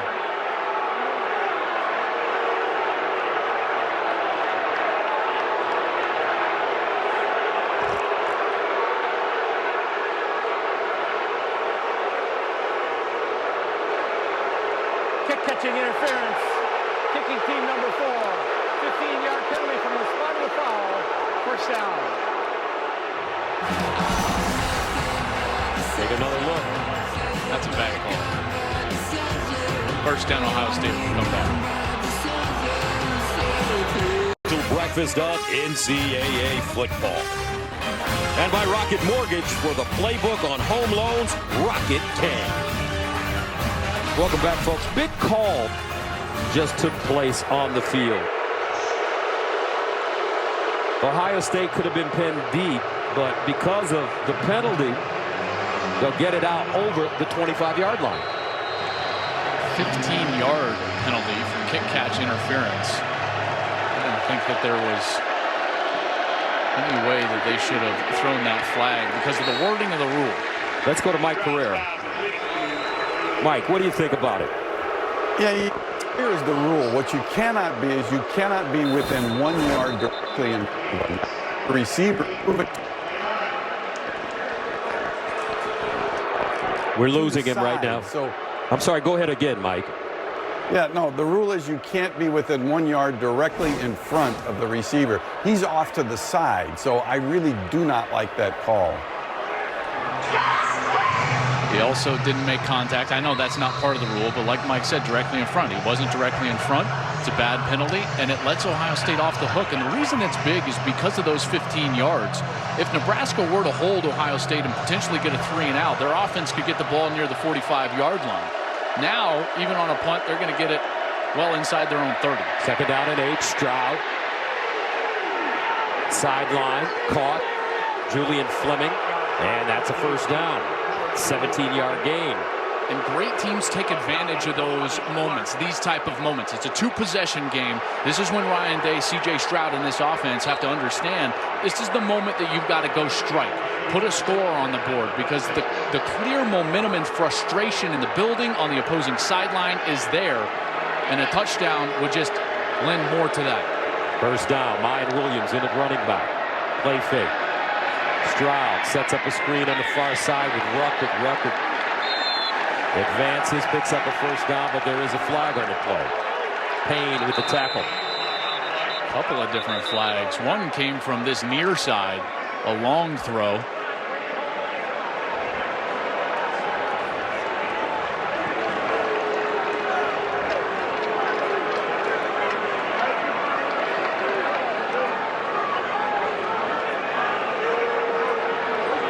Ineligible receiver downfield. Offense, number 53 and 75. 5-yard penalty from the previous spot. Repeat first down. Well, it's tough to tell. And remember, if Ruckert catches this behind the line of scrimmage, then it doesn't matter. And Rucker just floats down the field ever so slightly. And because he's down the field, now you've got all the linemen in the screen formation in front of him. You got to understand and have spatial awareness as a back or a tight end on those screens and not leak down past the line of scrimmage, because that's when the flag will come out. Second penalty by Ohio State today. First down and 15 at the 41.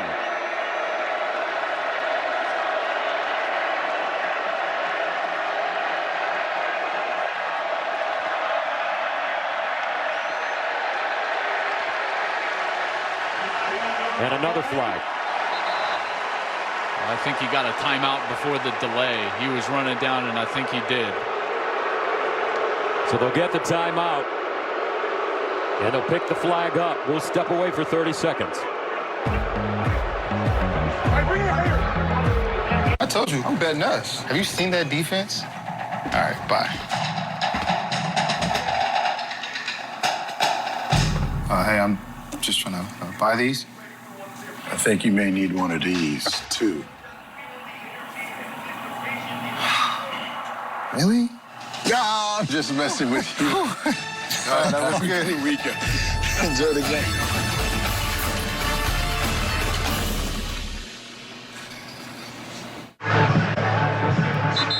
Back in Lincoln, 20-10. Partner, I don't know about you, but does this feel like a herky-jerky type game? Yeah, it has not been clean on either side. We've had special teams miscues, some long touchdowns and explosive plays. Not a ton of sustained drives with offensive success. And here, Ohio State finds themselves behind the chains. When you say behind the chains, what does that mean? Well, it means you're in 1st and 15, not 1st and 10. It's off schedule. Schedule would be 2nd and 6, then 3rd and 3, right around there. And now they're behind the chains. First down and 15 from the 41. Ryan Williams in the backfield with C.J. Stroud, who will throw it. Stroud steps up. Stroud in trouble. Stroud on his feet, and he'll dump it. Incomplete. Ty Robinson giving chase.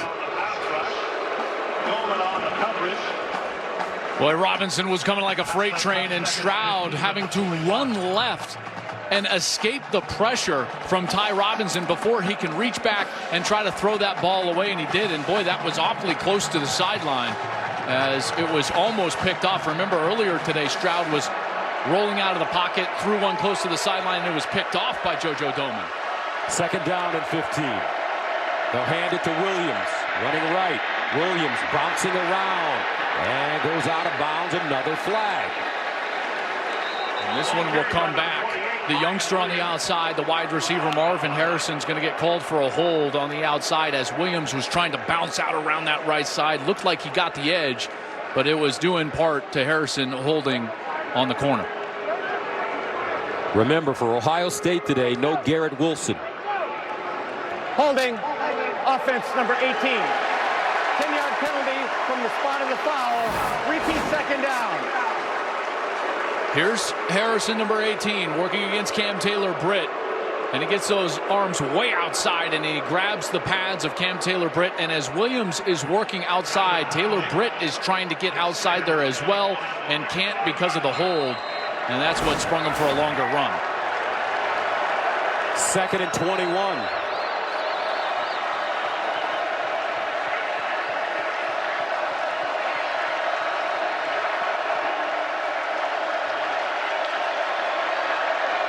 Stroud. And he finds Harrison Jr. and Marvin Harrison Jr. tackled by Quentin Newsome, and he'll pick up 12. Here's the opportunity Nebraska has needed. A third down. Quick snap. Stroud looking. Stroud flushed out. Stroud incomplete. That one thrown out of bounds, but another flag. There's a flag on the play.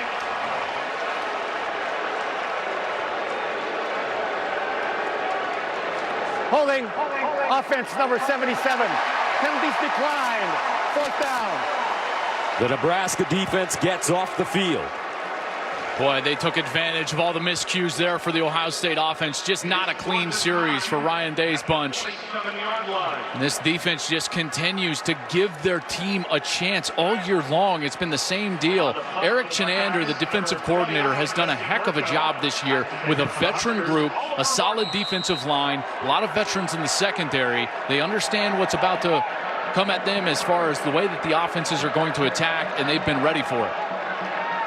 Jesse Merkel from the 33. Oliver Martin, the deep man. Merkel drives this football. And wow, what English.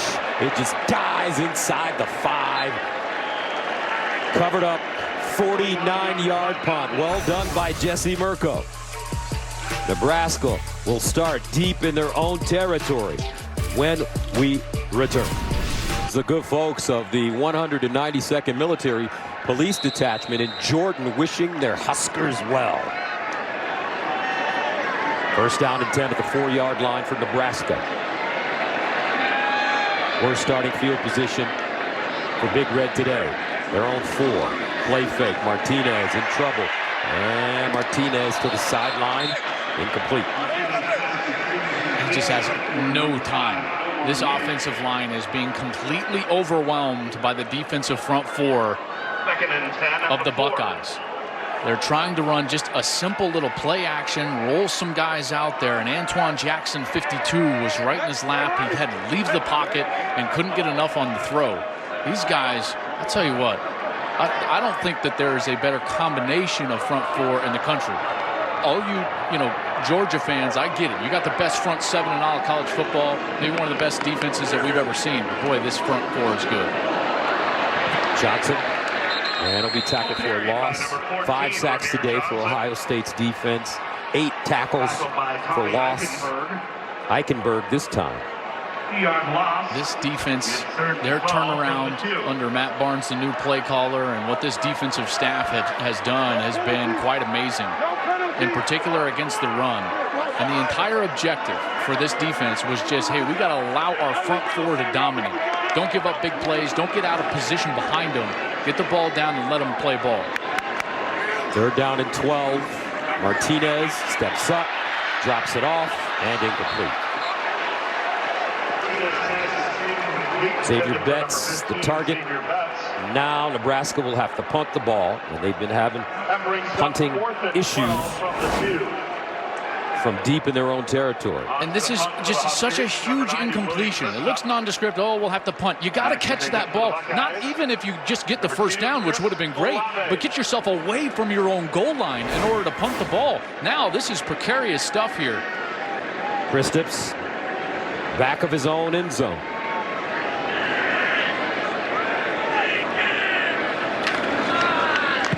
Gonna get it off. It's a good one. Olave back deep this time, and he'll go out of bounds at around the 43-yard line. A 44-yard punt and a 5-yard return. A flag on the play.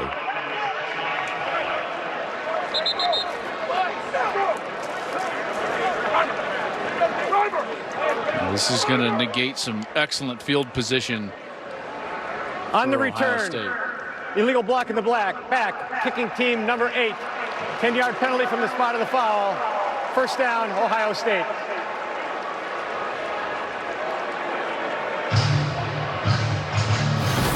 Watch the top of your screen. Here's 8. It's like Babb coming in, and there's the block just in the side.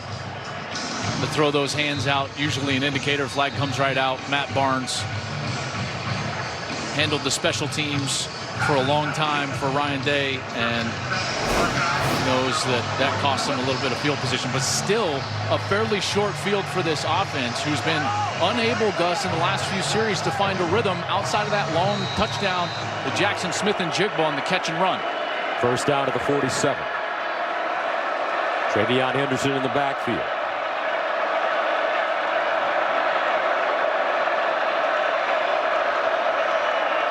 Stroud steps up in the pocket. Over the middle and caught for first down. Chris Olave. Newsome with the tackle. 14-yard gain. Really good quarterbacks always step up in the pocket. You know, there's too much in college football, guys.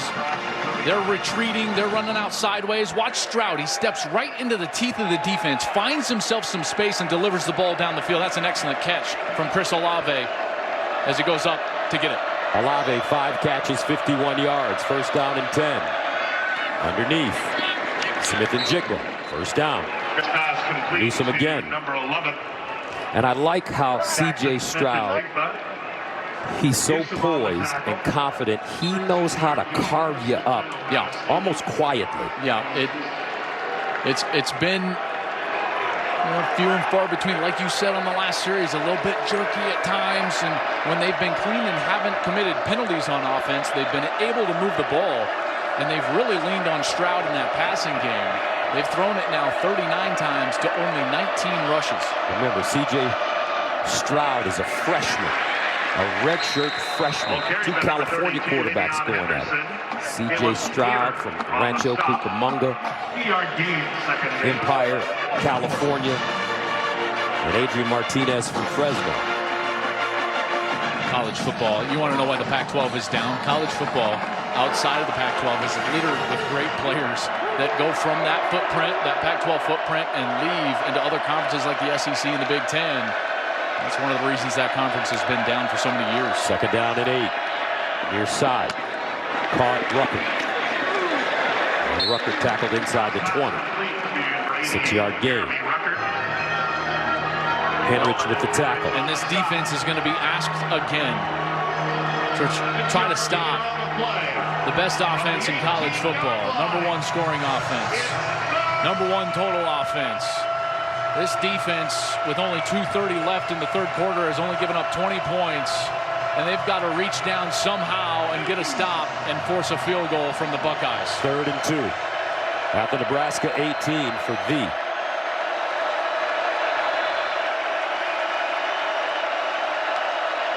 Stroud. Incomplete. Smith-Njigba, the intended receiver, Newsome in coverage. Check out the pass rush. This defensive line has done a really good job of creating some pressure in the face of C.J. Stroud. Right there, it was 97, DeAndre Thomas, who was able to get upfield and force Stroud to back up. Because he couldn't step into it, it was inaccurate out in front of Smith-Njigba. So a 35-yard attempt for Noah Ruggles. How simple can it get? 26, 46, and now 35.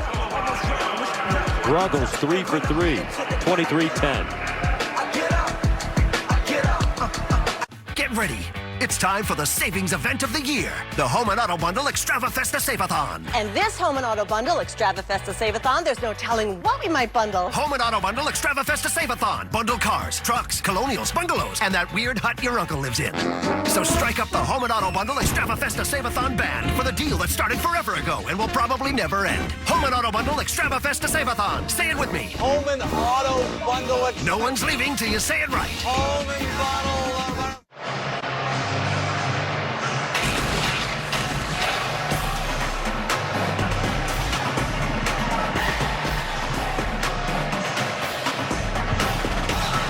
Coming up next on Fox, 12th ranked Baylor kicks off against TCU. Then at 7:30 Eastern, Indiana takes on the 7th ranked Michigan Wolverines. Only on Fox and the Fox Sports app. Those Michigan Wolverines, they're going to have to, they got to come back from a devastating loss from a week ago in their rival against Michigan State. Gus, what a great game that was, wasn't it? Pretty good one. Kenneth Walker putting himself 5 touchdowns for Walker. Scott Frost under pressure this year, folks. He feels it.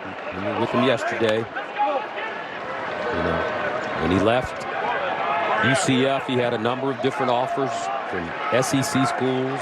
Miami was in there, Tennessee, Florida State as well. Came back to Nebraska, as he told us, out of a sense of duty. First down at the 25. Martinez runs. They'll pick up some positive yards, but looking back at Coach Frost, and he explained something to us yesterday. He said one of the big reasons that Nebraska has been struggling is because they no longer have an affiliation with the state of Texas. Well, when you look at they're really good teams of the past, and they were great for so many years. This is one of the historically great programs. They always had guys from Florida, Texas, and California. And when you look at players from Texas, even just in 2011, they had 20 of them, Gus. Now, as they have lost that connection with the Big 12, that has gone down. In 2016, it was 7 players. In 2021, this year, only 8 from the state of Texas. That's a big reason. You got to have a natural recruiting base and or some tentacles into one of the great recruiting bases. And right now, Nebraska doesn't quite have that, and that's why it's been difficult to build this roster. First down and 10 at the 36. Martinez looking over the middle, incomplete. And when you think about it, leaving the Big 12, a Texas kid playing in the Big 10, he wouldn't have an opportunity for his mom or his dad to drive to a game. I mean, in the Big 12, you got TCU, Baylor, back then Texas A&M, Texas, Texas Tech. A lot of opportunities.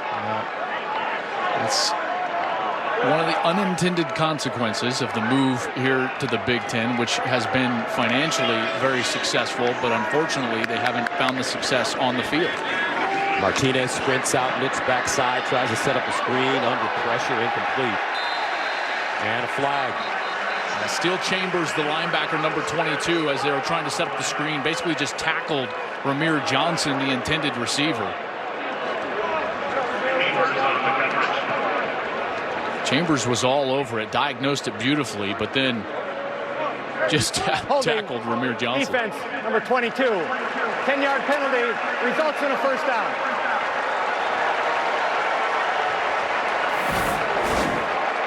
Check out on the left side of your screen. There's Ramir Johnson. And Chambers just kind of runs into him there. Chambers has been very good. Remember, he was not playing in the first half. He had a targeting call last week against Penn State. Now he's back this second half. He's been a big reason why they have improved so much on defense from those first 2 weeks. First down at the 46. Don't let him in. Don't let him in. Martinez steps into his throw. And caught. What a big catch. Toure again. Toure still running. Toure down at the 1. Samori Toure, 53 yards. Nebraska continues to fight. And when they needed a play, they went to their surest wide receiver on the outside, Samori Toure. Beautiful play design. Comes across the middle again on that little half roll, and Martinez found him. Earlier in this series, Martinez missed a wide open receiver down the field. There, he didn't miss. First and goal. First down and goal at the 1. Can they pay it off? Ramir Johnson in the backfield. It's Martinez. Touchdown. Big Red.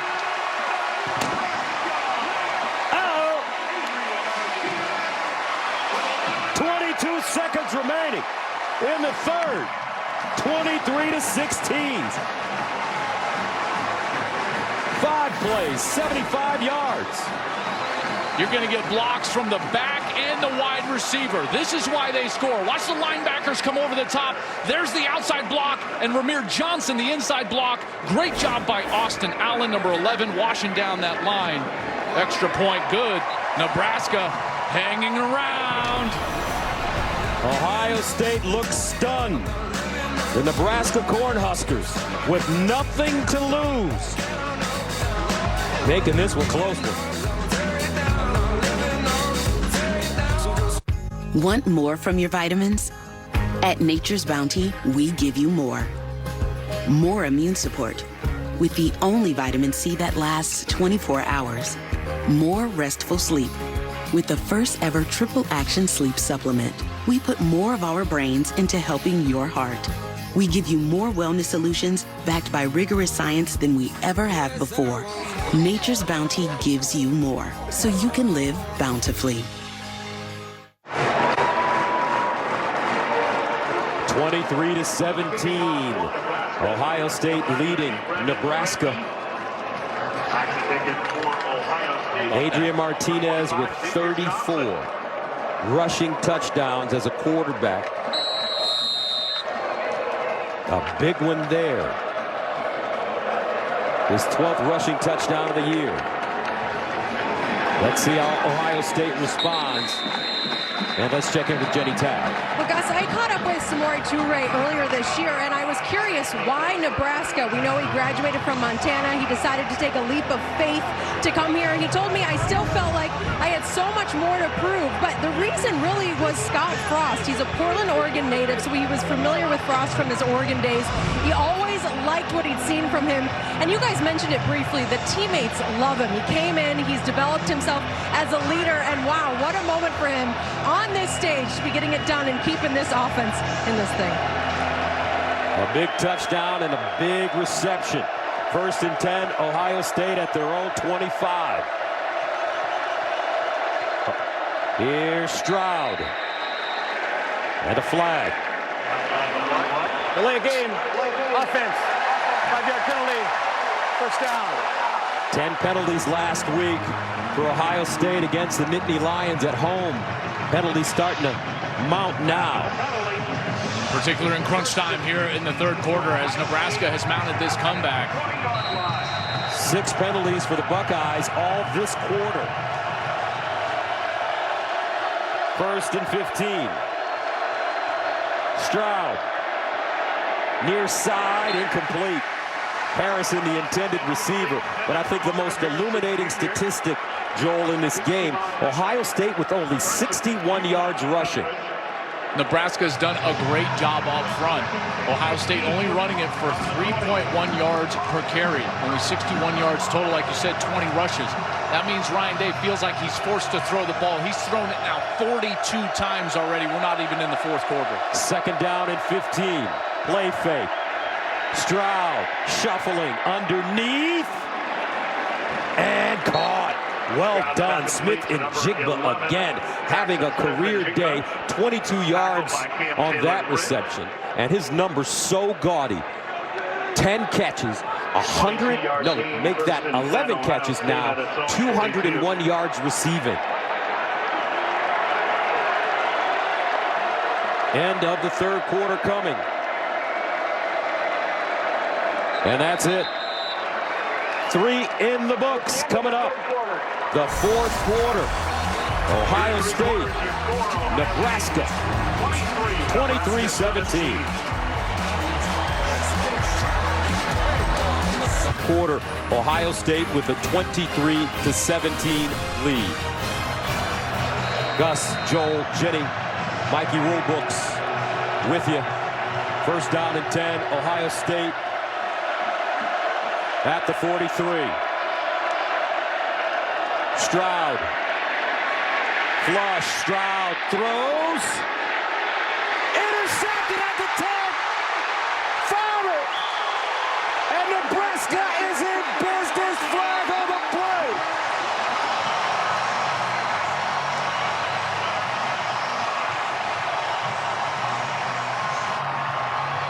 Second interception of the day for young C.J. Stroud.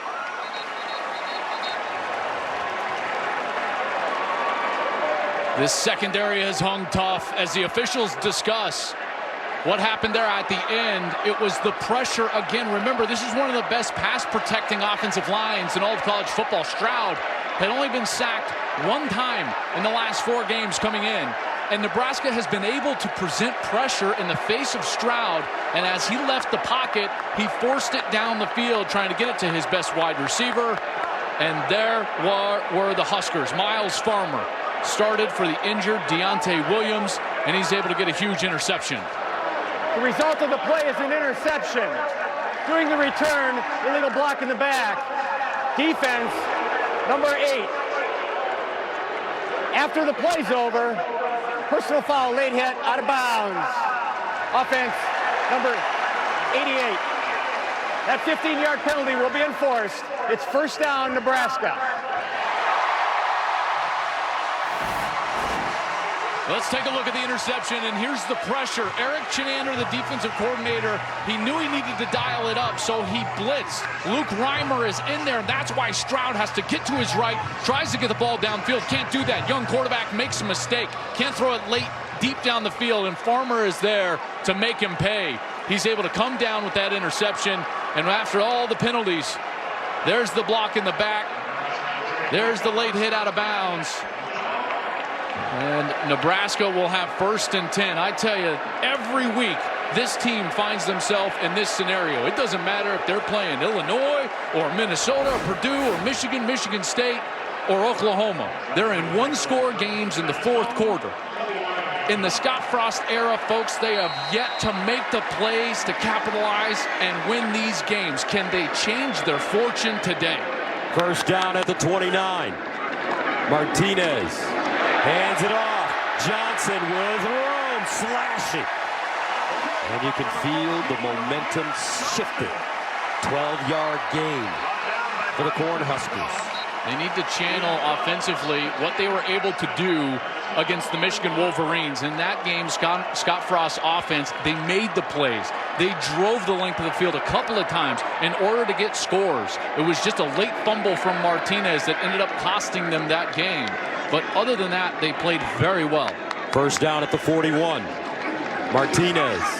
He's got to play mistake-free football. Martinez starts to run, slides, and he'll be close to the first down.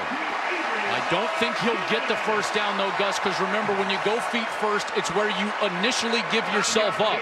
So while it looks like that was going to be a move the chains moment, he gave himself up a yard short of the chains, so it'll be 2nd and short here for the Huskers. Looks like Adrian Martinez is shaking off that lower body injury he suffered in the first half.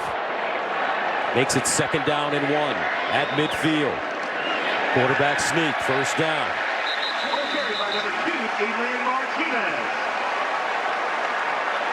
Well, twice now what we've seen them be able to do is dial up those big plays down the field. Here's those close losses I was talking about to current top 10 teams, current top 8 teams. Combined 13 points to Oklahoma, Michigan State, and Michigan. And Frost understands that in those games, and in particular Michigan State and Oklahoma, his defense was the one that really gave him a chance in that game, and that's been similar here today. But his quarterback may have to win it for him. First down at the 48. Here's the option, Martinez. First down at the 30. Adrian. On the 10th anniversary of the passing of his mother. Watch Austin Allen, Gus. He gets around and he's able to get a block at the 2nd level. Now Martinez has a lane on the outside. He gives a little pitch fake outside. That forces the defensive back to take the back. Marcus Williamson is out of position and he's able to run for a first down. That's beautiful option football there. 17-yard run, 12-yard gain, 9-yard gain, 2-yard gain, 17-yard gain. Here's Martinez again, stumbling forward. We told you about this young man. At 11 years old, he lost his mom, Deanna, to cancer. He brought it up in our meeting yesterday. He said, I don't want to make this a sad occasion, us talking to each other today, but it is on my mind. She is on my mind. His stepmother, Christy Vincent, is also one of the great loves of his life. Here's the snap to Johnson. Carried by number 14, Ramir Johnson. At 3rd and 3, this next play will tell you everything you need to know about whether Scott Frost thinks this is 4-down territory. If it's 4-down territory, they're likely to run the football again. Probably in a zone read situation with Martinez reading the defensive end or a linebacker. Nebraska 0 for 9 on 3rd down conversions today. Empty backfield for Adrian Martinez. He'll run it himself. Breaks it back. Picks up the first down.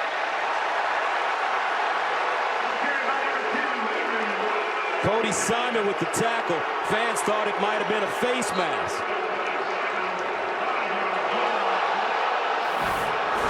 Let's take a look. He's got to grab some opening of the helmet. And that looked like it was just around his neck. Certainly looks like it, kind of around his shoulder. I think that's a good no call. Austin Allen, number 11, again with a great block to spring him for that first down. 7 plays on this drive, all runs for the Cornhuskers. First down, they'll run it again. Johnson between the tackles. They'll get close to the Ohio State 15. A gain of 3.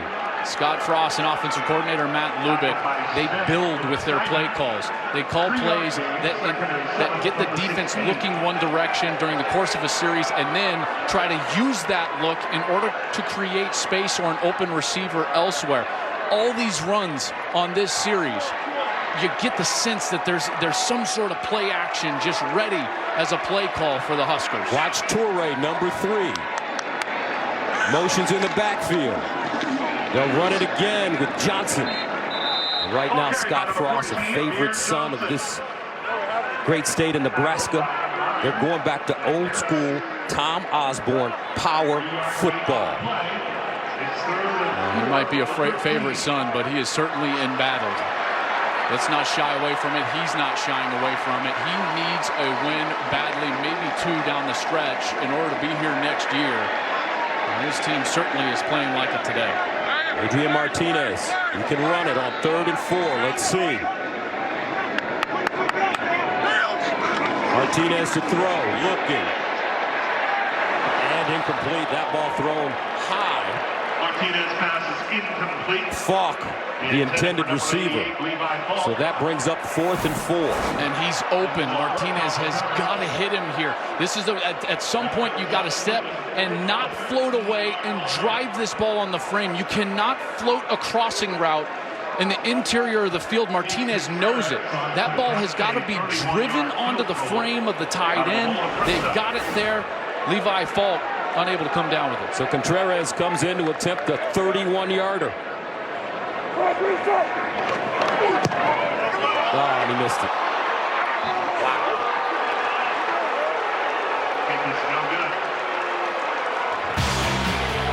23-17. Protect what matters most. And by Dr. Pepper, delicious, ice-cold Dr. Pepper, the one fans deserve. Chase Contreras has missed 2 field goals today. Huskers down by 6, 23-17. Ohio State with the football now. They'll start from their own 20. 9:47 to play, 4th quarter from Lincoln. TreVeyon Henderson, the pistol back. C.J. Stroud hands it to him. And Henderson. Stopped by Henrich after a 5-yard gain. And this defense will be asked again to bow their neck and try to stop the Ohio State Buckeyes. This is a crucial series because depending on how long this series lasts, if Ohio State can end with points, even if they're be on the field, 2-3 minutes, you're looking at the 5-6 minute mark in a 2-possession game. Stroud guns it to the sideline.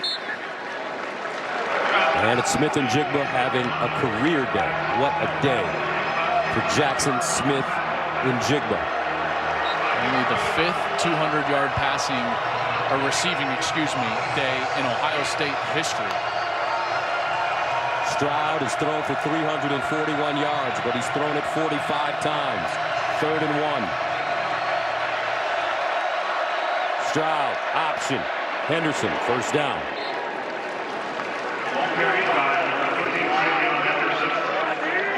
This drive has got to be all about 2 things: the offensive line and the decision-making of the quarterback. You've got to play with urgency as an offensive line, physicality, run the ball, keep the clock rolling. And as a quarterback, you have to understand that you've got to play within yourself, calm, make every quality decision that you can, and do not force the ball. Master T comes into the game. He's been out with a lower body injury last 2. Here's Stroud. Incomplete. Julian Fleming, the target. Newsome there defensively. And this is when you got to start taking advantage. And Eric Chinander, the defensive coordinator for Nebraska, knows that. Now they've got to try to get some sort of pressure on Stroud. You got 2nd and long. They've been dialing up a few pressures and stunts, but Stroud cannot just sit in the pocket and wait for open areas.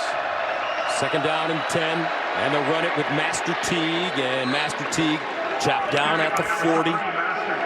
Miles Farmer, who had the interception with the tackle. It's a 6-yard gain. Henderson will jog back on the field, the running back for the Buckeyes. Got to know where number 11 is, don't you? He's had a career day. He'll be the closest receiver to Stroud in the slot. 3rd down and 4 at the 40-yard line. Big series, big play for the Nebraska defense. Can they give it to their O? Right here. Stroud looks. Stroud delivers and caught for 1st down. Chris Olave. Boy, you just got to love a smart player. Olave does exactly what he should. They're running what looks to be like a little screen on the outside, but he finds a soft spot and just sits there and stares at his quarterback, and Stroud is able to hit him for a 1st down. Olave, 6 catches, 57 yards underneath a wide open Smith-Njigba. And he'll get deep inside Nebraska territory with the gain of 19. I mean, what a day. Are you kidding me? Smith-Njigba is going to get close to that Terry Glenn mark. Glenn went just over 250 yards for a single-game Ohio State record, the late Terry Glenn in 1995. 1st down at the 35. And this one deflected, incomplete. And this one's going to be close to an intentional grounding. They're going to talk about whether he was in the pocket or out. It did not get past the line of scrimmage, and there did not seem to be an eligible receiver in the vicinity, and there comes the flag.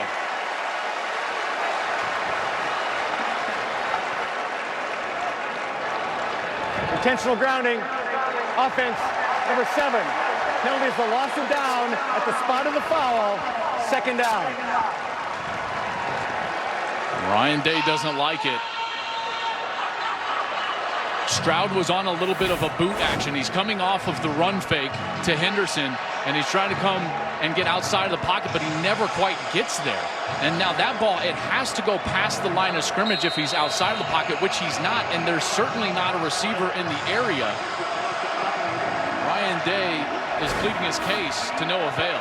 2nd down and 19 at the 44. Stroud steps up, guns it to the sideline, back shoulder, and it's incomplete. Julian Fleming says he had a foot down. We'll see. He was trying to get that right foot down. Good coverage by Quentin Newsom because he forced him all the way over to the sideline. Boy, that looks like that foot probably was in. There was some green. It's just a matter of if he was controlling that ball before that foot came off the turf.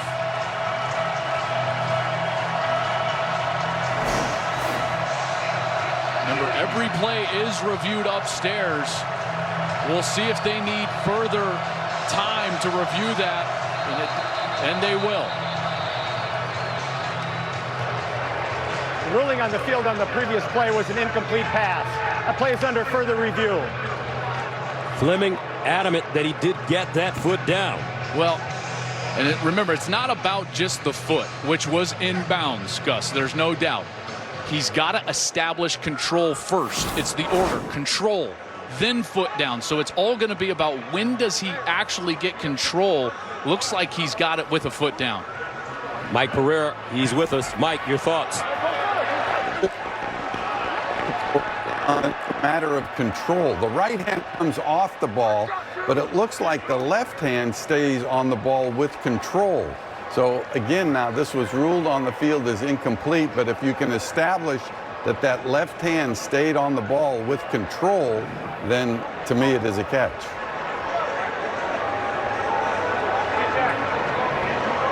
That angle establishes the foot down very clearly. That angle also establishes that the right hand is not on the ball. It's the other angle where you can piece together the potential of the left hand controlling the ball, not bobbling. This one will be close. This is the look that you're trying to establish whether there was control with the left hand. Looks like he's juggling that ball. Yeah, that's close. That might be just too close to overturn the call. As Mike said, the important part being that it was called incomplete on the field.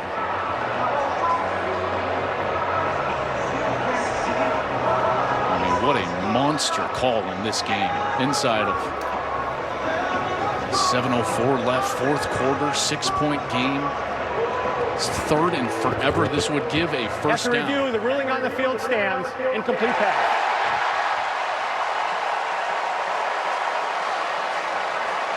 Thank you, Mike.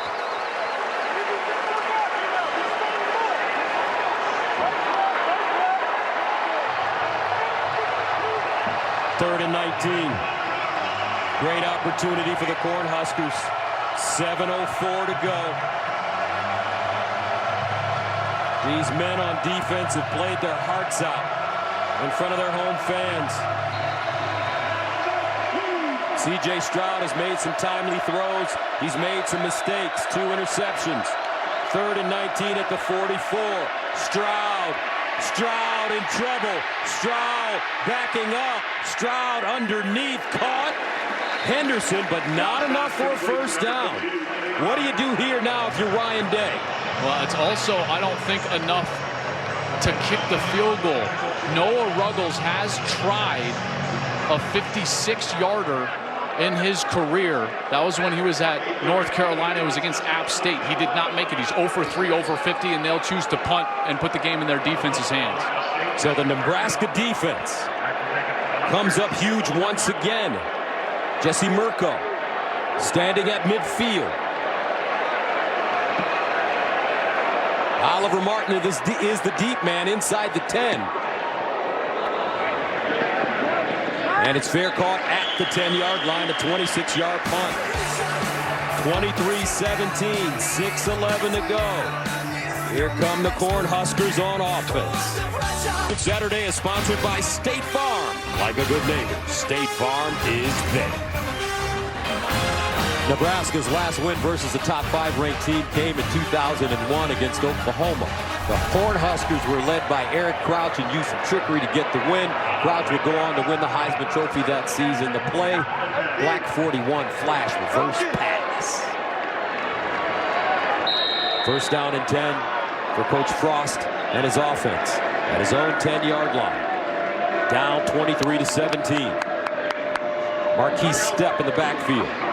Martinez steps up with room and decides to run it. Martinez still on the move and dives forward, crossing the 30 up to the 31 in front of Tommy Eichenberg, and it's a gain of 21. And that has been hurting this Ohio State defense today.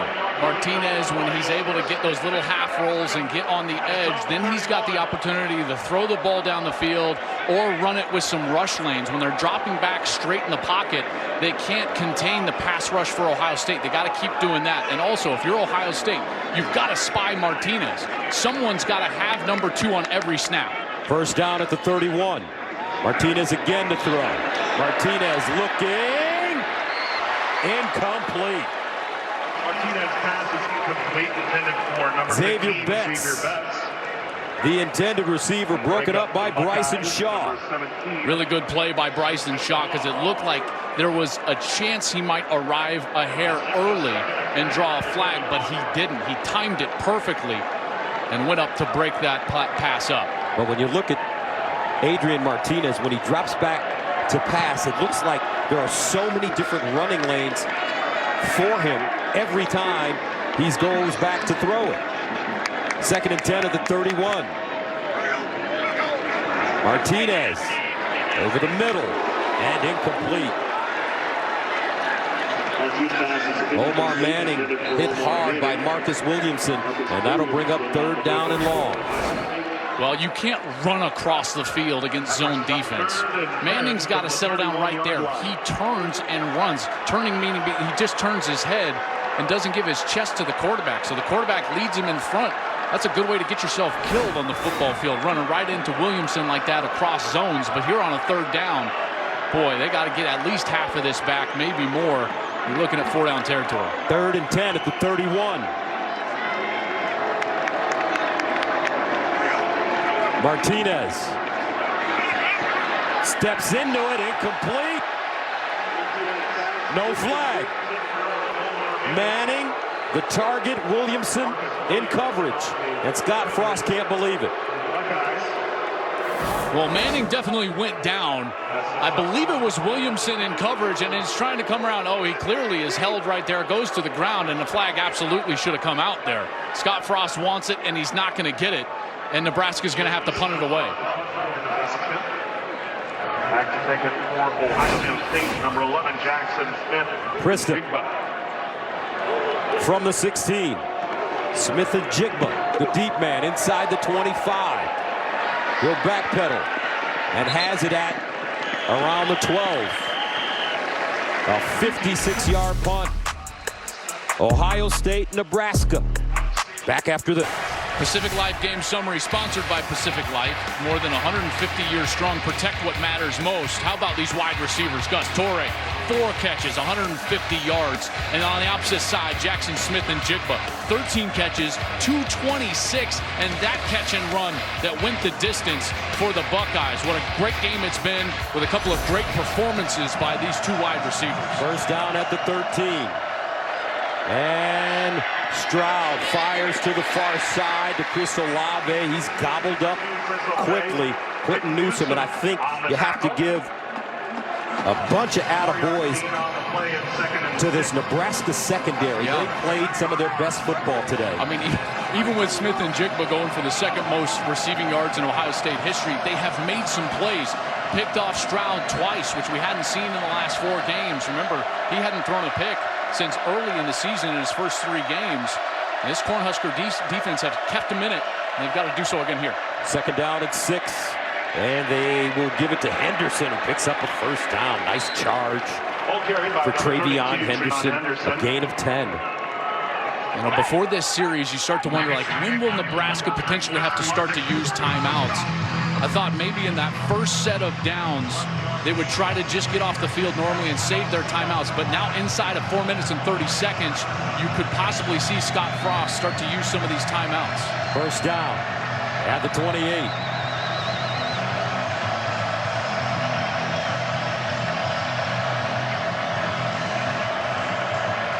Ruckert in motion. Henderson. And a flag.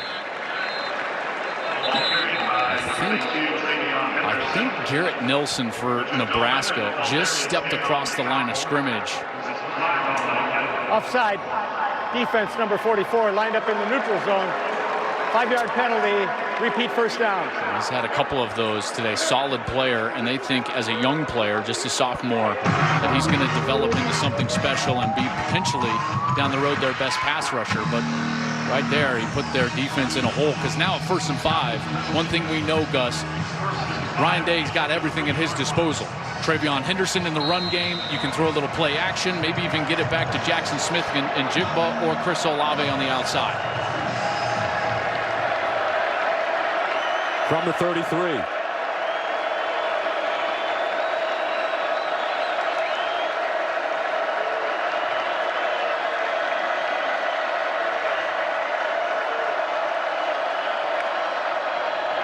Henderson. First down and more. Henderson with a burst. TreVeyon Henderson with a 22-yard run. Dismuke with the tackle. And what a great time for the true freshman to bust off the longest run they've had all day long. Up until that point, their longest run was about 6 yards. And finally, they're able to get a lane on the outside. And he's able to move the chains. And now Nebraska is going to have to start thinking about those timeouts, as Ohio State will be in milk the clock mode. First down at the 45. Teagan now for Henderson. Stroud over the middle. And a catch by Smith-Njigba. Doman with the tackle, but it's a gain of 9. A lot of confidence in the young quarterback. Need to keep that clock rolling, and they're able to do so. And Frost not calling his timeouts yet, in particular after a long gain on 1st. 2nd and 1.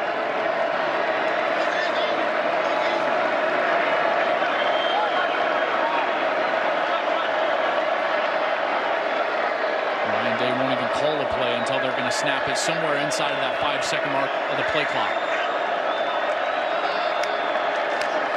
And they'll give it to Teague. and picks up the first down.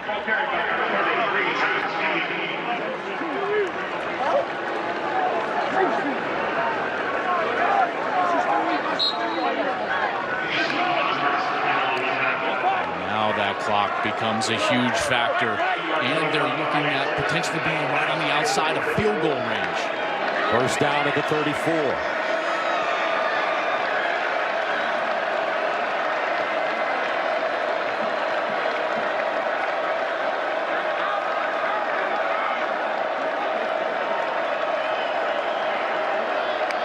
Stroud looking. Stroud in trouble. Reverse. He lost it. Loose ball. Can Nebraska get it? And Ohio State pounces on it. Wow.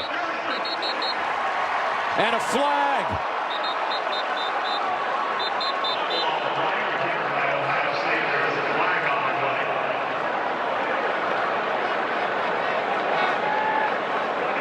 What a huge mistake by Stroud. It was Garrett Nelson that was providing the pressure, and he was the one that stripped the ball out. And then late, the flag came out as there was a dive and a scrum for the ball. Scott Frost. No foul on the play. The fumble was recovered by Ohio State. We have a charge timeout. Nebraska, their first. This will be a 30-second timeout. Please reset the clock to 1:42.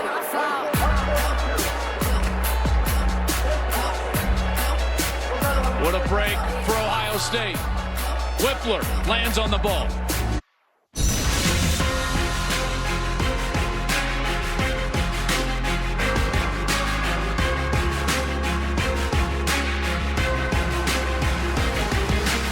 High drama in Lincoln. And Joel, I just don't understand.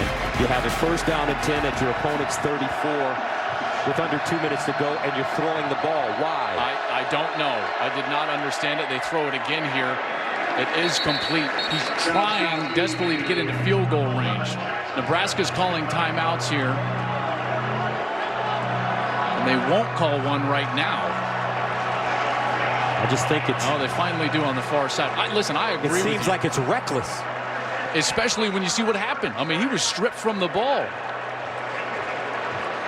The deal is, here's the game, folks, right here.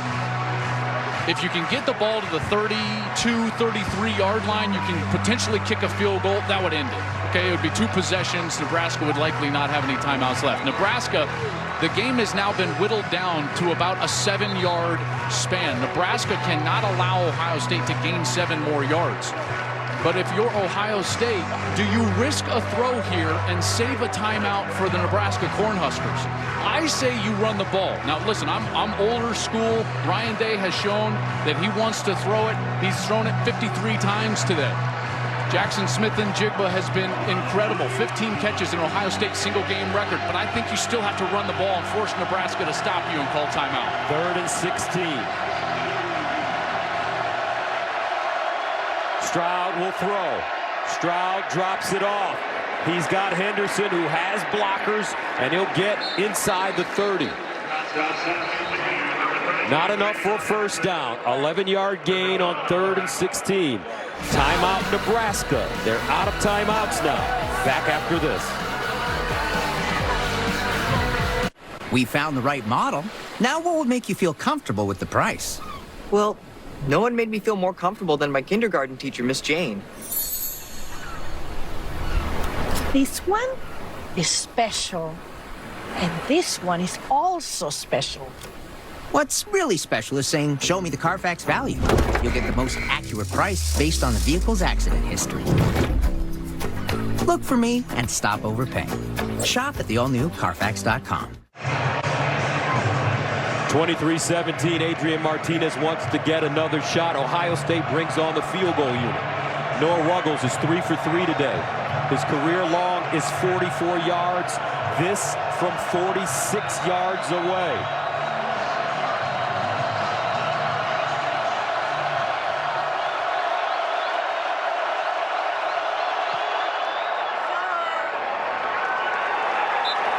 And good. Noah Ruggles. He's been a weapon for Ryan Day. 26-17 our score. He's 4 for 4.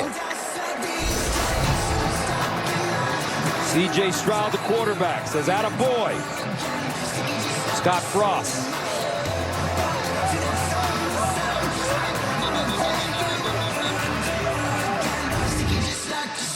Hey, you! Domino's is giving away $15 million in surprise frees. Lava cake. Other delivery apps add surprise fees. It's not cheap. At Domino's, we're giving out surprise frees instead. Freeze with an R. But we're gonna let you know ahead of time. Maybe not like this, though. When you order delivery online, you could be surprised with free food, like lava cakes, stuffed cheesy bread, or pizza. Check the Domino's tracker to find out. Honk if you like surprise freeze. Kicking off for Ohio State. Noah Ruggles, 4 for 4 today. Number 16, Zach Weinmaster. And number 4, 26-17, Ohio State. Next week, Buckeyes are at home against Purdue, followed by a game at home against Michigan State, and then the big one in Ann Arbor against Michigan. But Nebraska giving them a run for their money this afternoon. Ball fielded inside the 10 by Brown. And Olave Brown on the return. gets it up the field. In a few moments, some of you in Texas will be taken to the start of number 12 Baylor at TCU. That game is also available on FS2 and streaming live on the Fox Sport app. For the rest of you, we will get you out there at the immediate conclusion of our game. If you are leaving us but want to watch our game, we are also available on the app. 1st and 10 at the 27, Nebraska, no timeouts remaining. Martinez, far side, and it's caught by Austin Allen, who gets out of bounds. Well, stop me if you've heard this before. Nebraska, good enough for a potential upset, but too many mistakes to actually get it done. And the mistakes, Gus, far too often have been in the kicking game. Special teams. Martinez, incomplete, throwing it to the sideline. That's Torrey, who's had a wonderful day. The intended receiver. You know, Ryan Day has talked all year, and Buckeye fans, you're going to know what I'm talking about. He keeps saying, like, 1-0, 1-0. That's our whole goal. Well, every week, the goal is just to go 1-0, and he certainly understood watching film of this Nebraska team. They were much better than their record. And the Buckeyes had a very good defensive plan today. They played pretty well on that side. Offensively, it was about putting the ball in the air. They did that very well. Stroud over 400 yards passing. They're down in 3. Martinez over the middle. And he has Manning. 1st down. Ransom with the tackle. Clock starts now. Approaching the 1-minute mark. Martinez. And intercepted.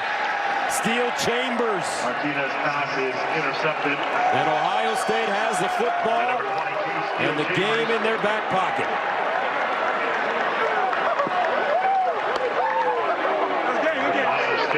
Well, that defense has certainly improved.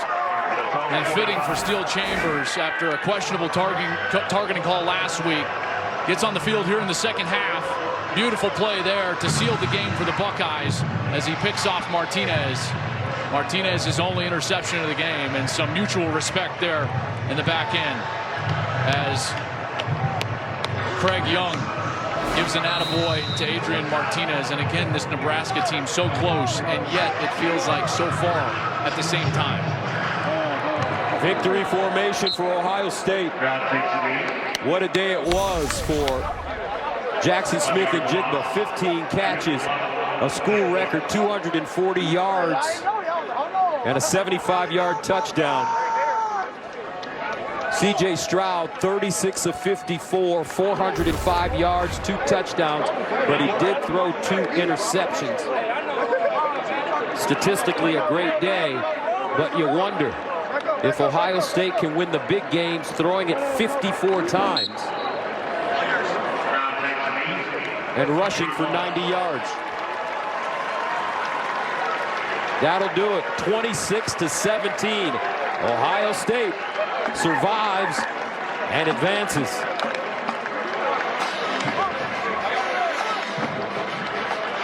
Boy, it wasn't easy for the Buckeyes, was it? No, what a hard-fought game. Nebraska really battled. And let's go downstairs where Jenny Taft is with Coach Day. Well, Coach, your undefeated record against Big Ten opponents, it continues today, but you admitted at the half at times messy. How would you grade the overall performance?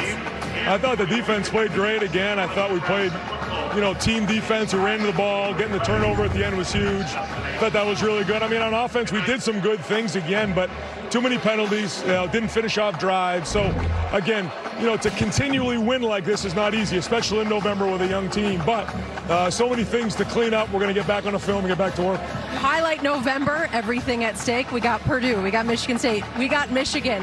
What is the first thing you want to focus on Monday? I don't think just one thing. I just think it's across the board. It's just at this point you got to survive and move on. We talked about how you got to bring it every single week. You're going to get everybody's best punch. We have 9 conference games. These are great teams that we're playing. I'm very, very impressed with Nebraska. I thought they played strong. We got our hands full again next week against Purdue. Congrats on the win. Thanks. All right, Jenny, thank you very much. The final score here at Memorial Stadium. Ohio State 26, Nebraska 17. Coming up after the break, we'll take you out to Baylor and TCU.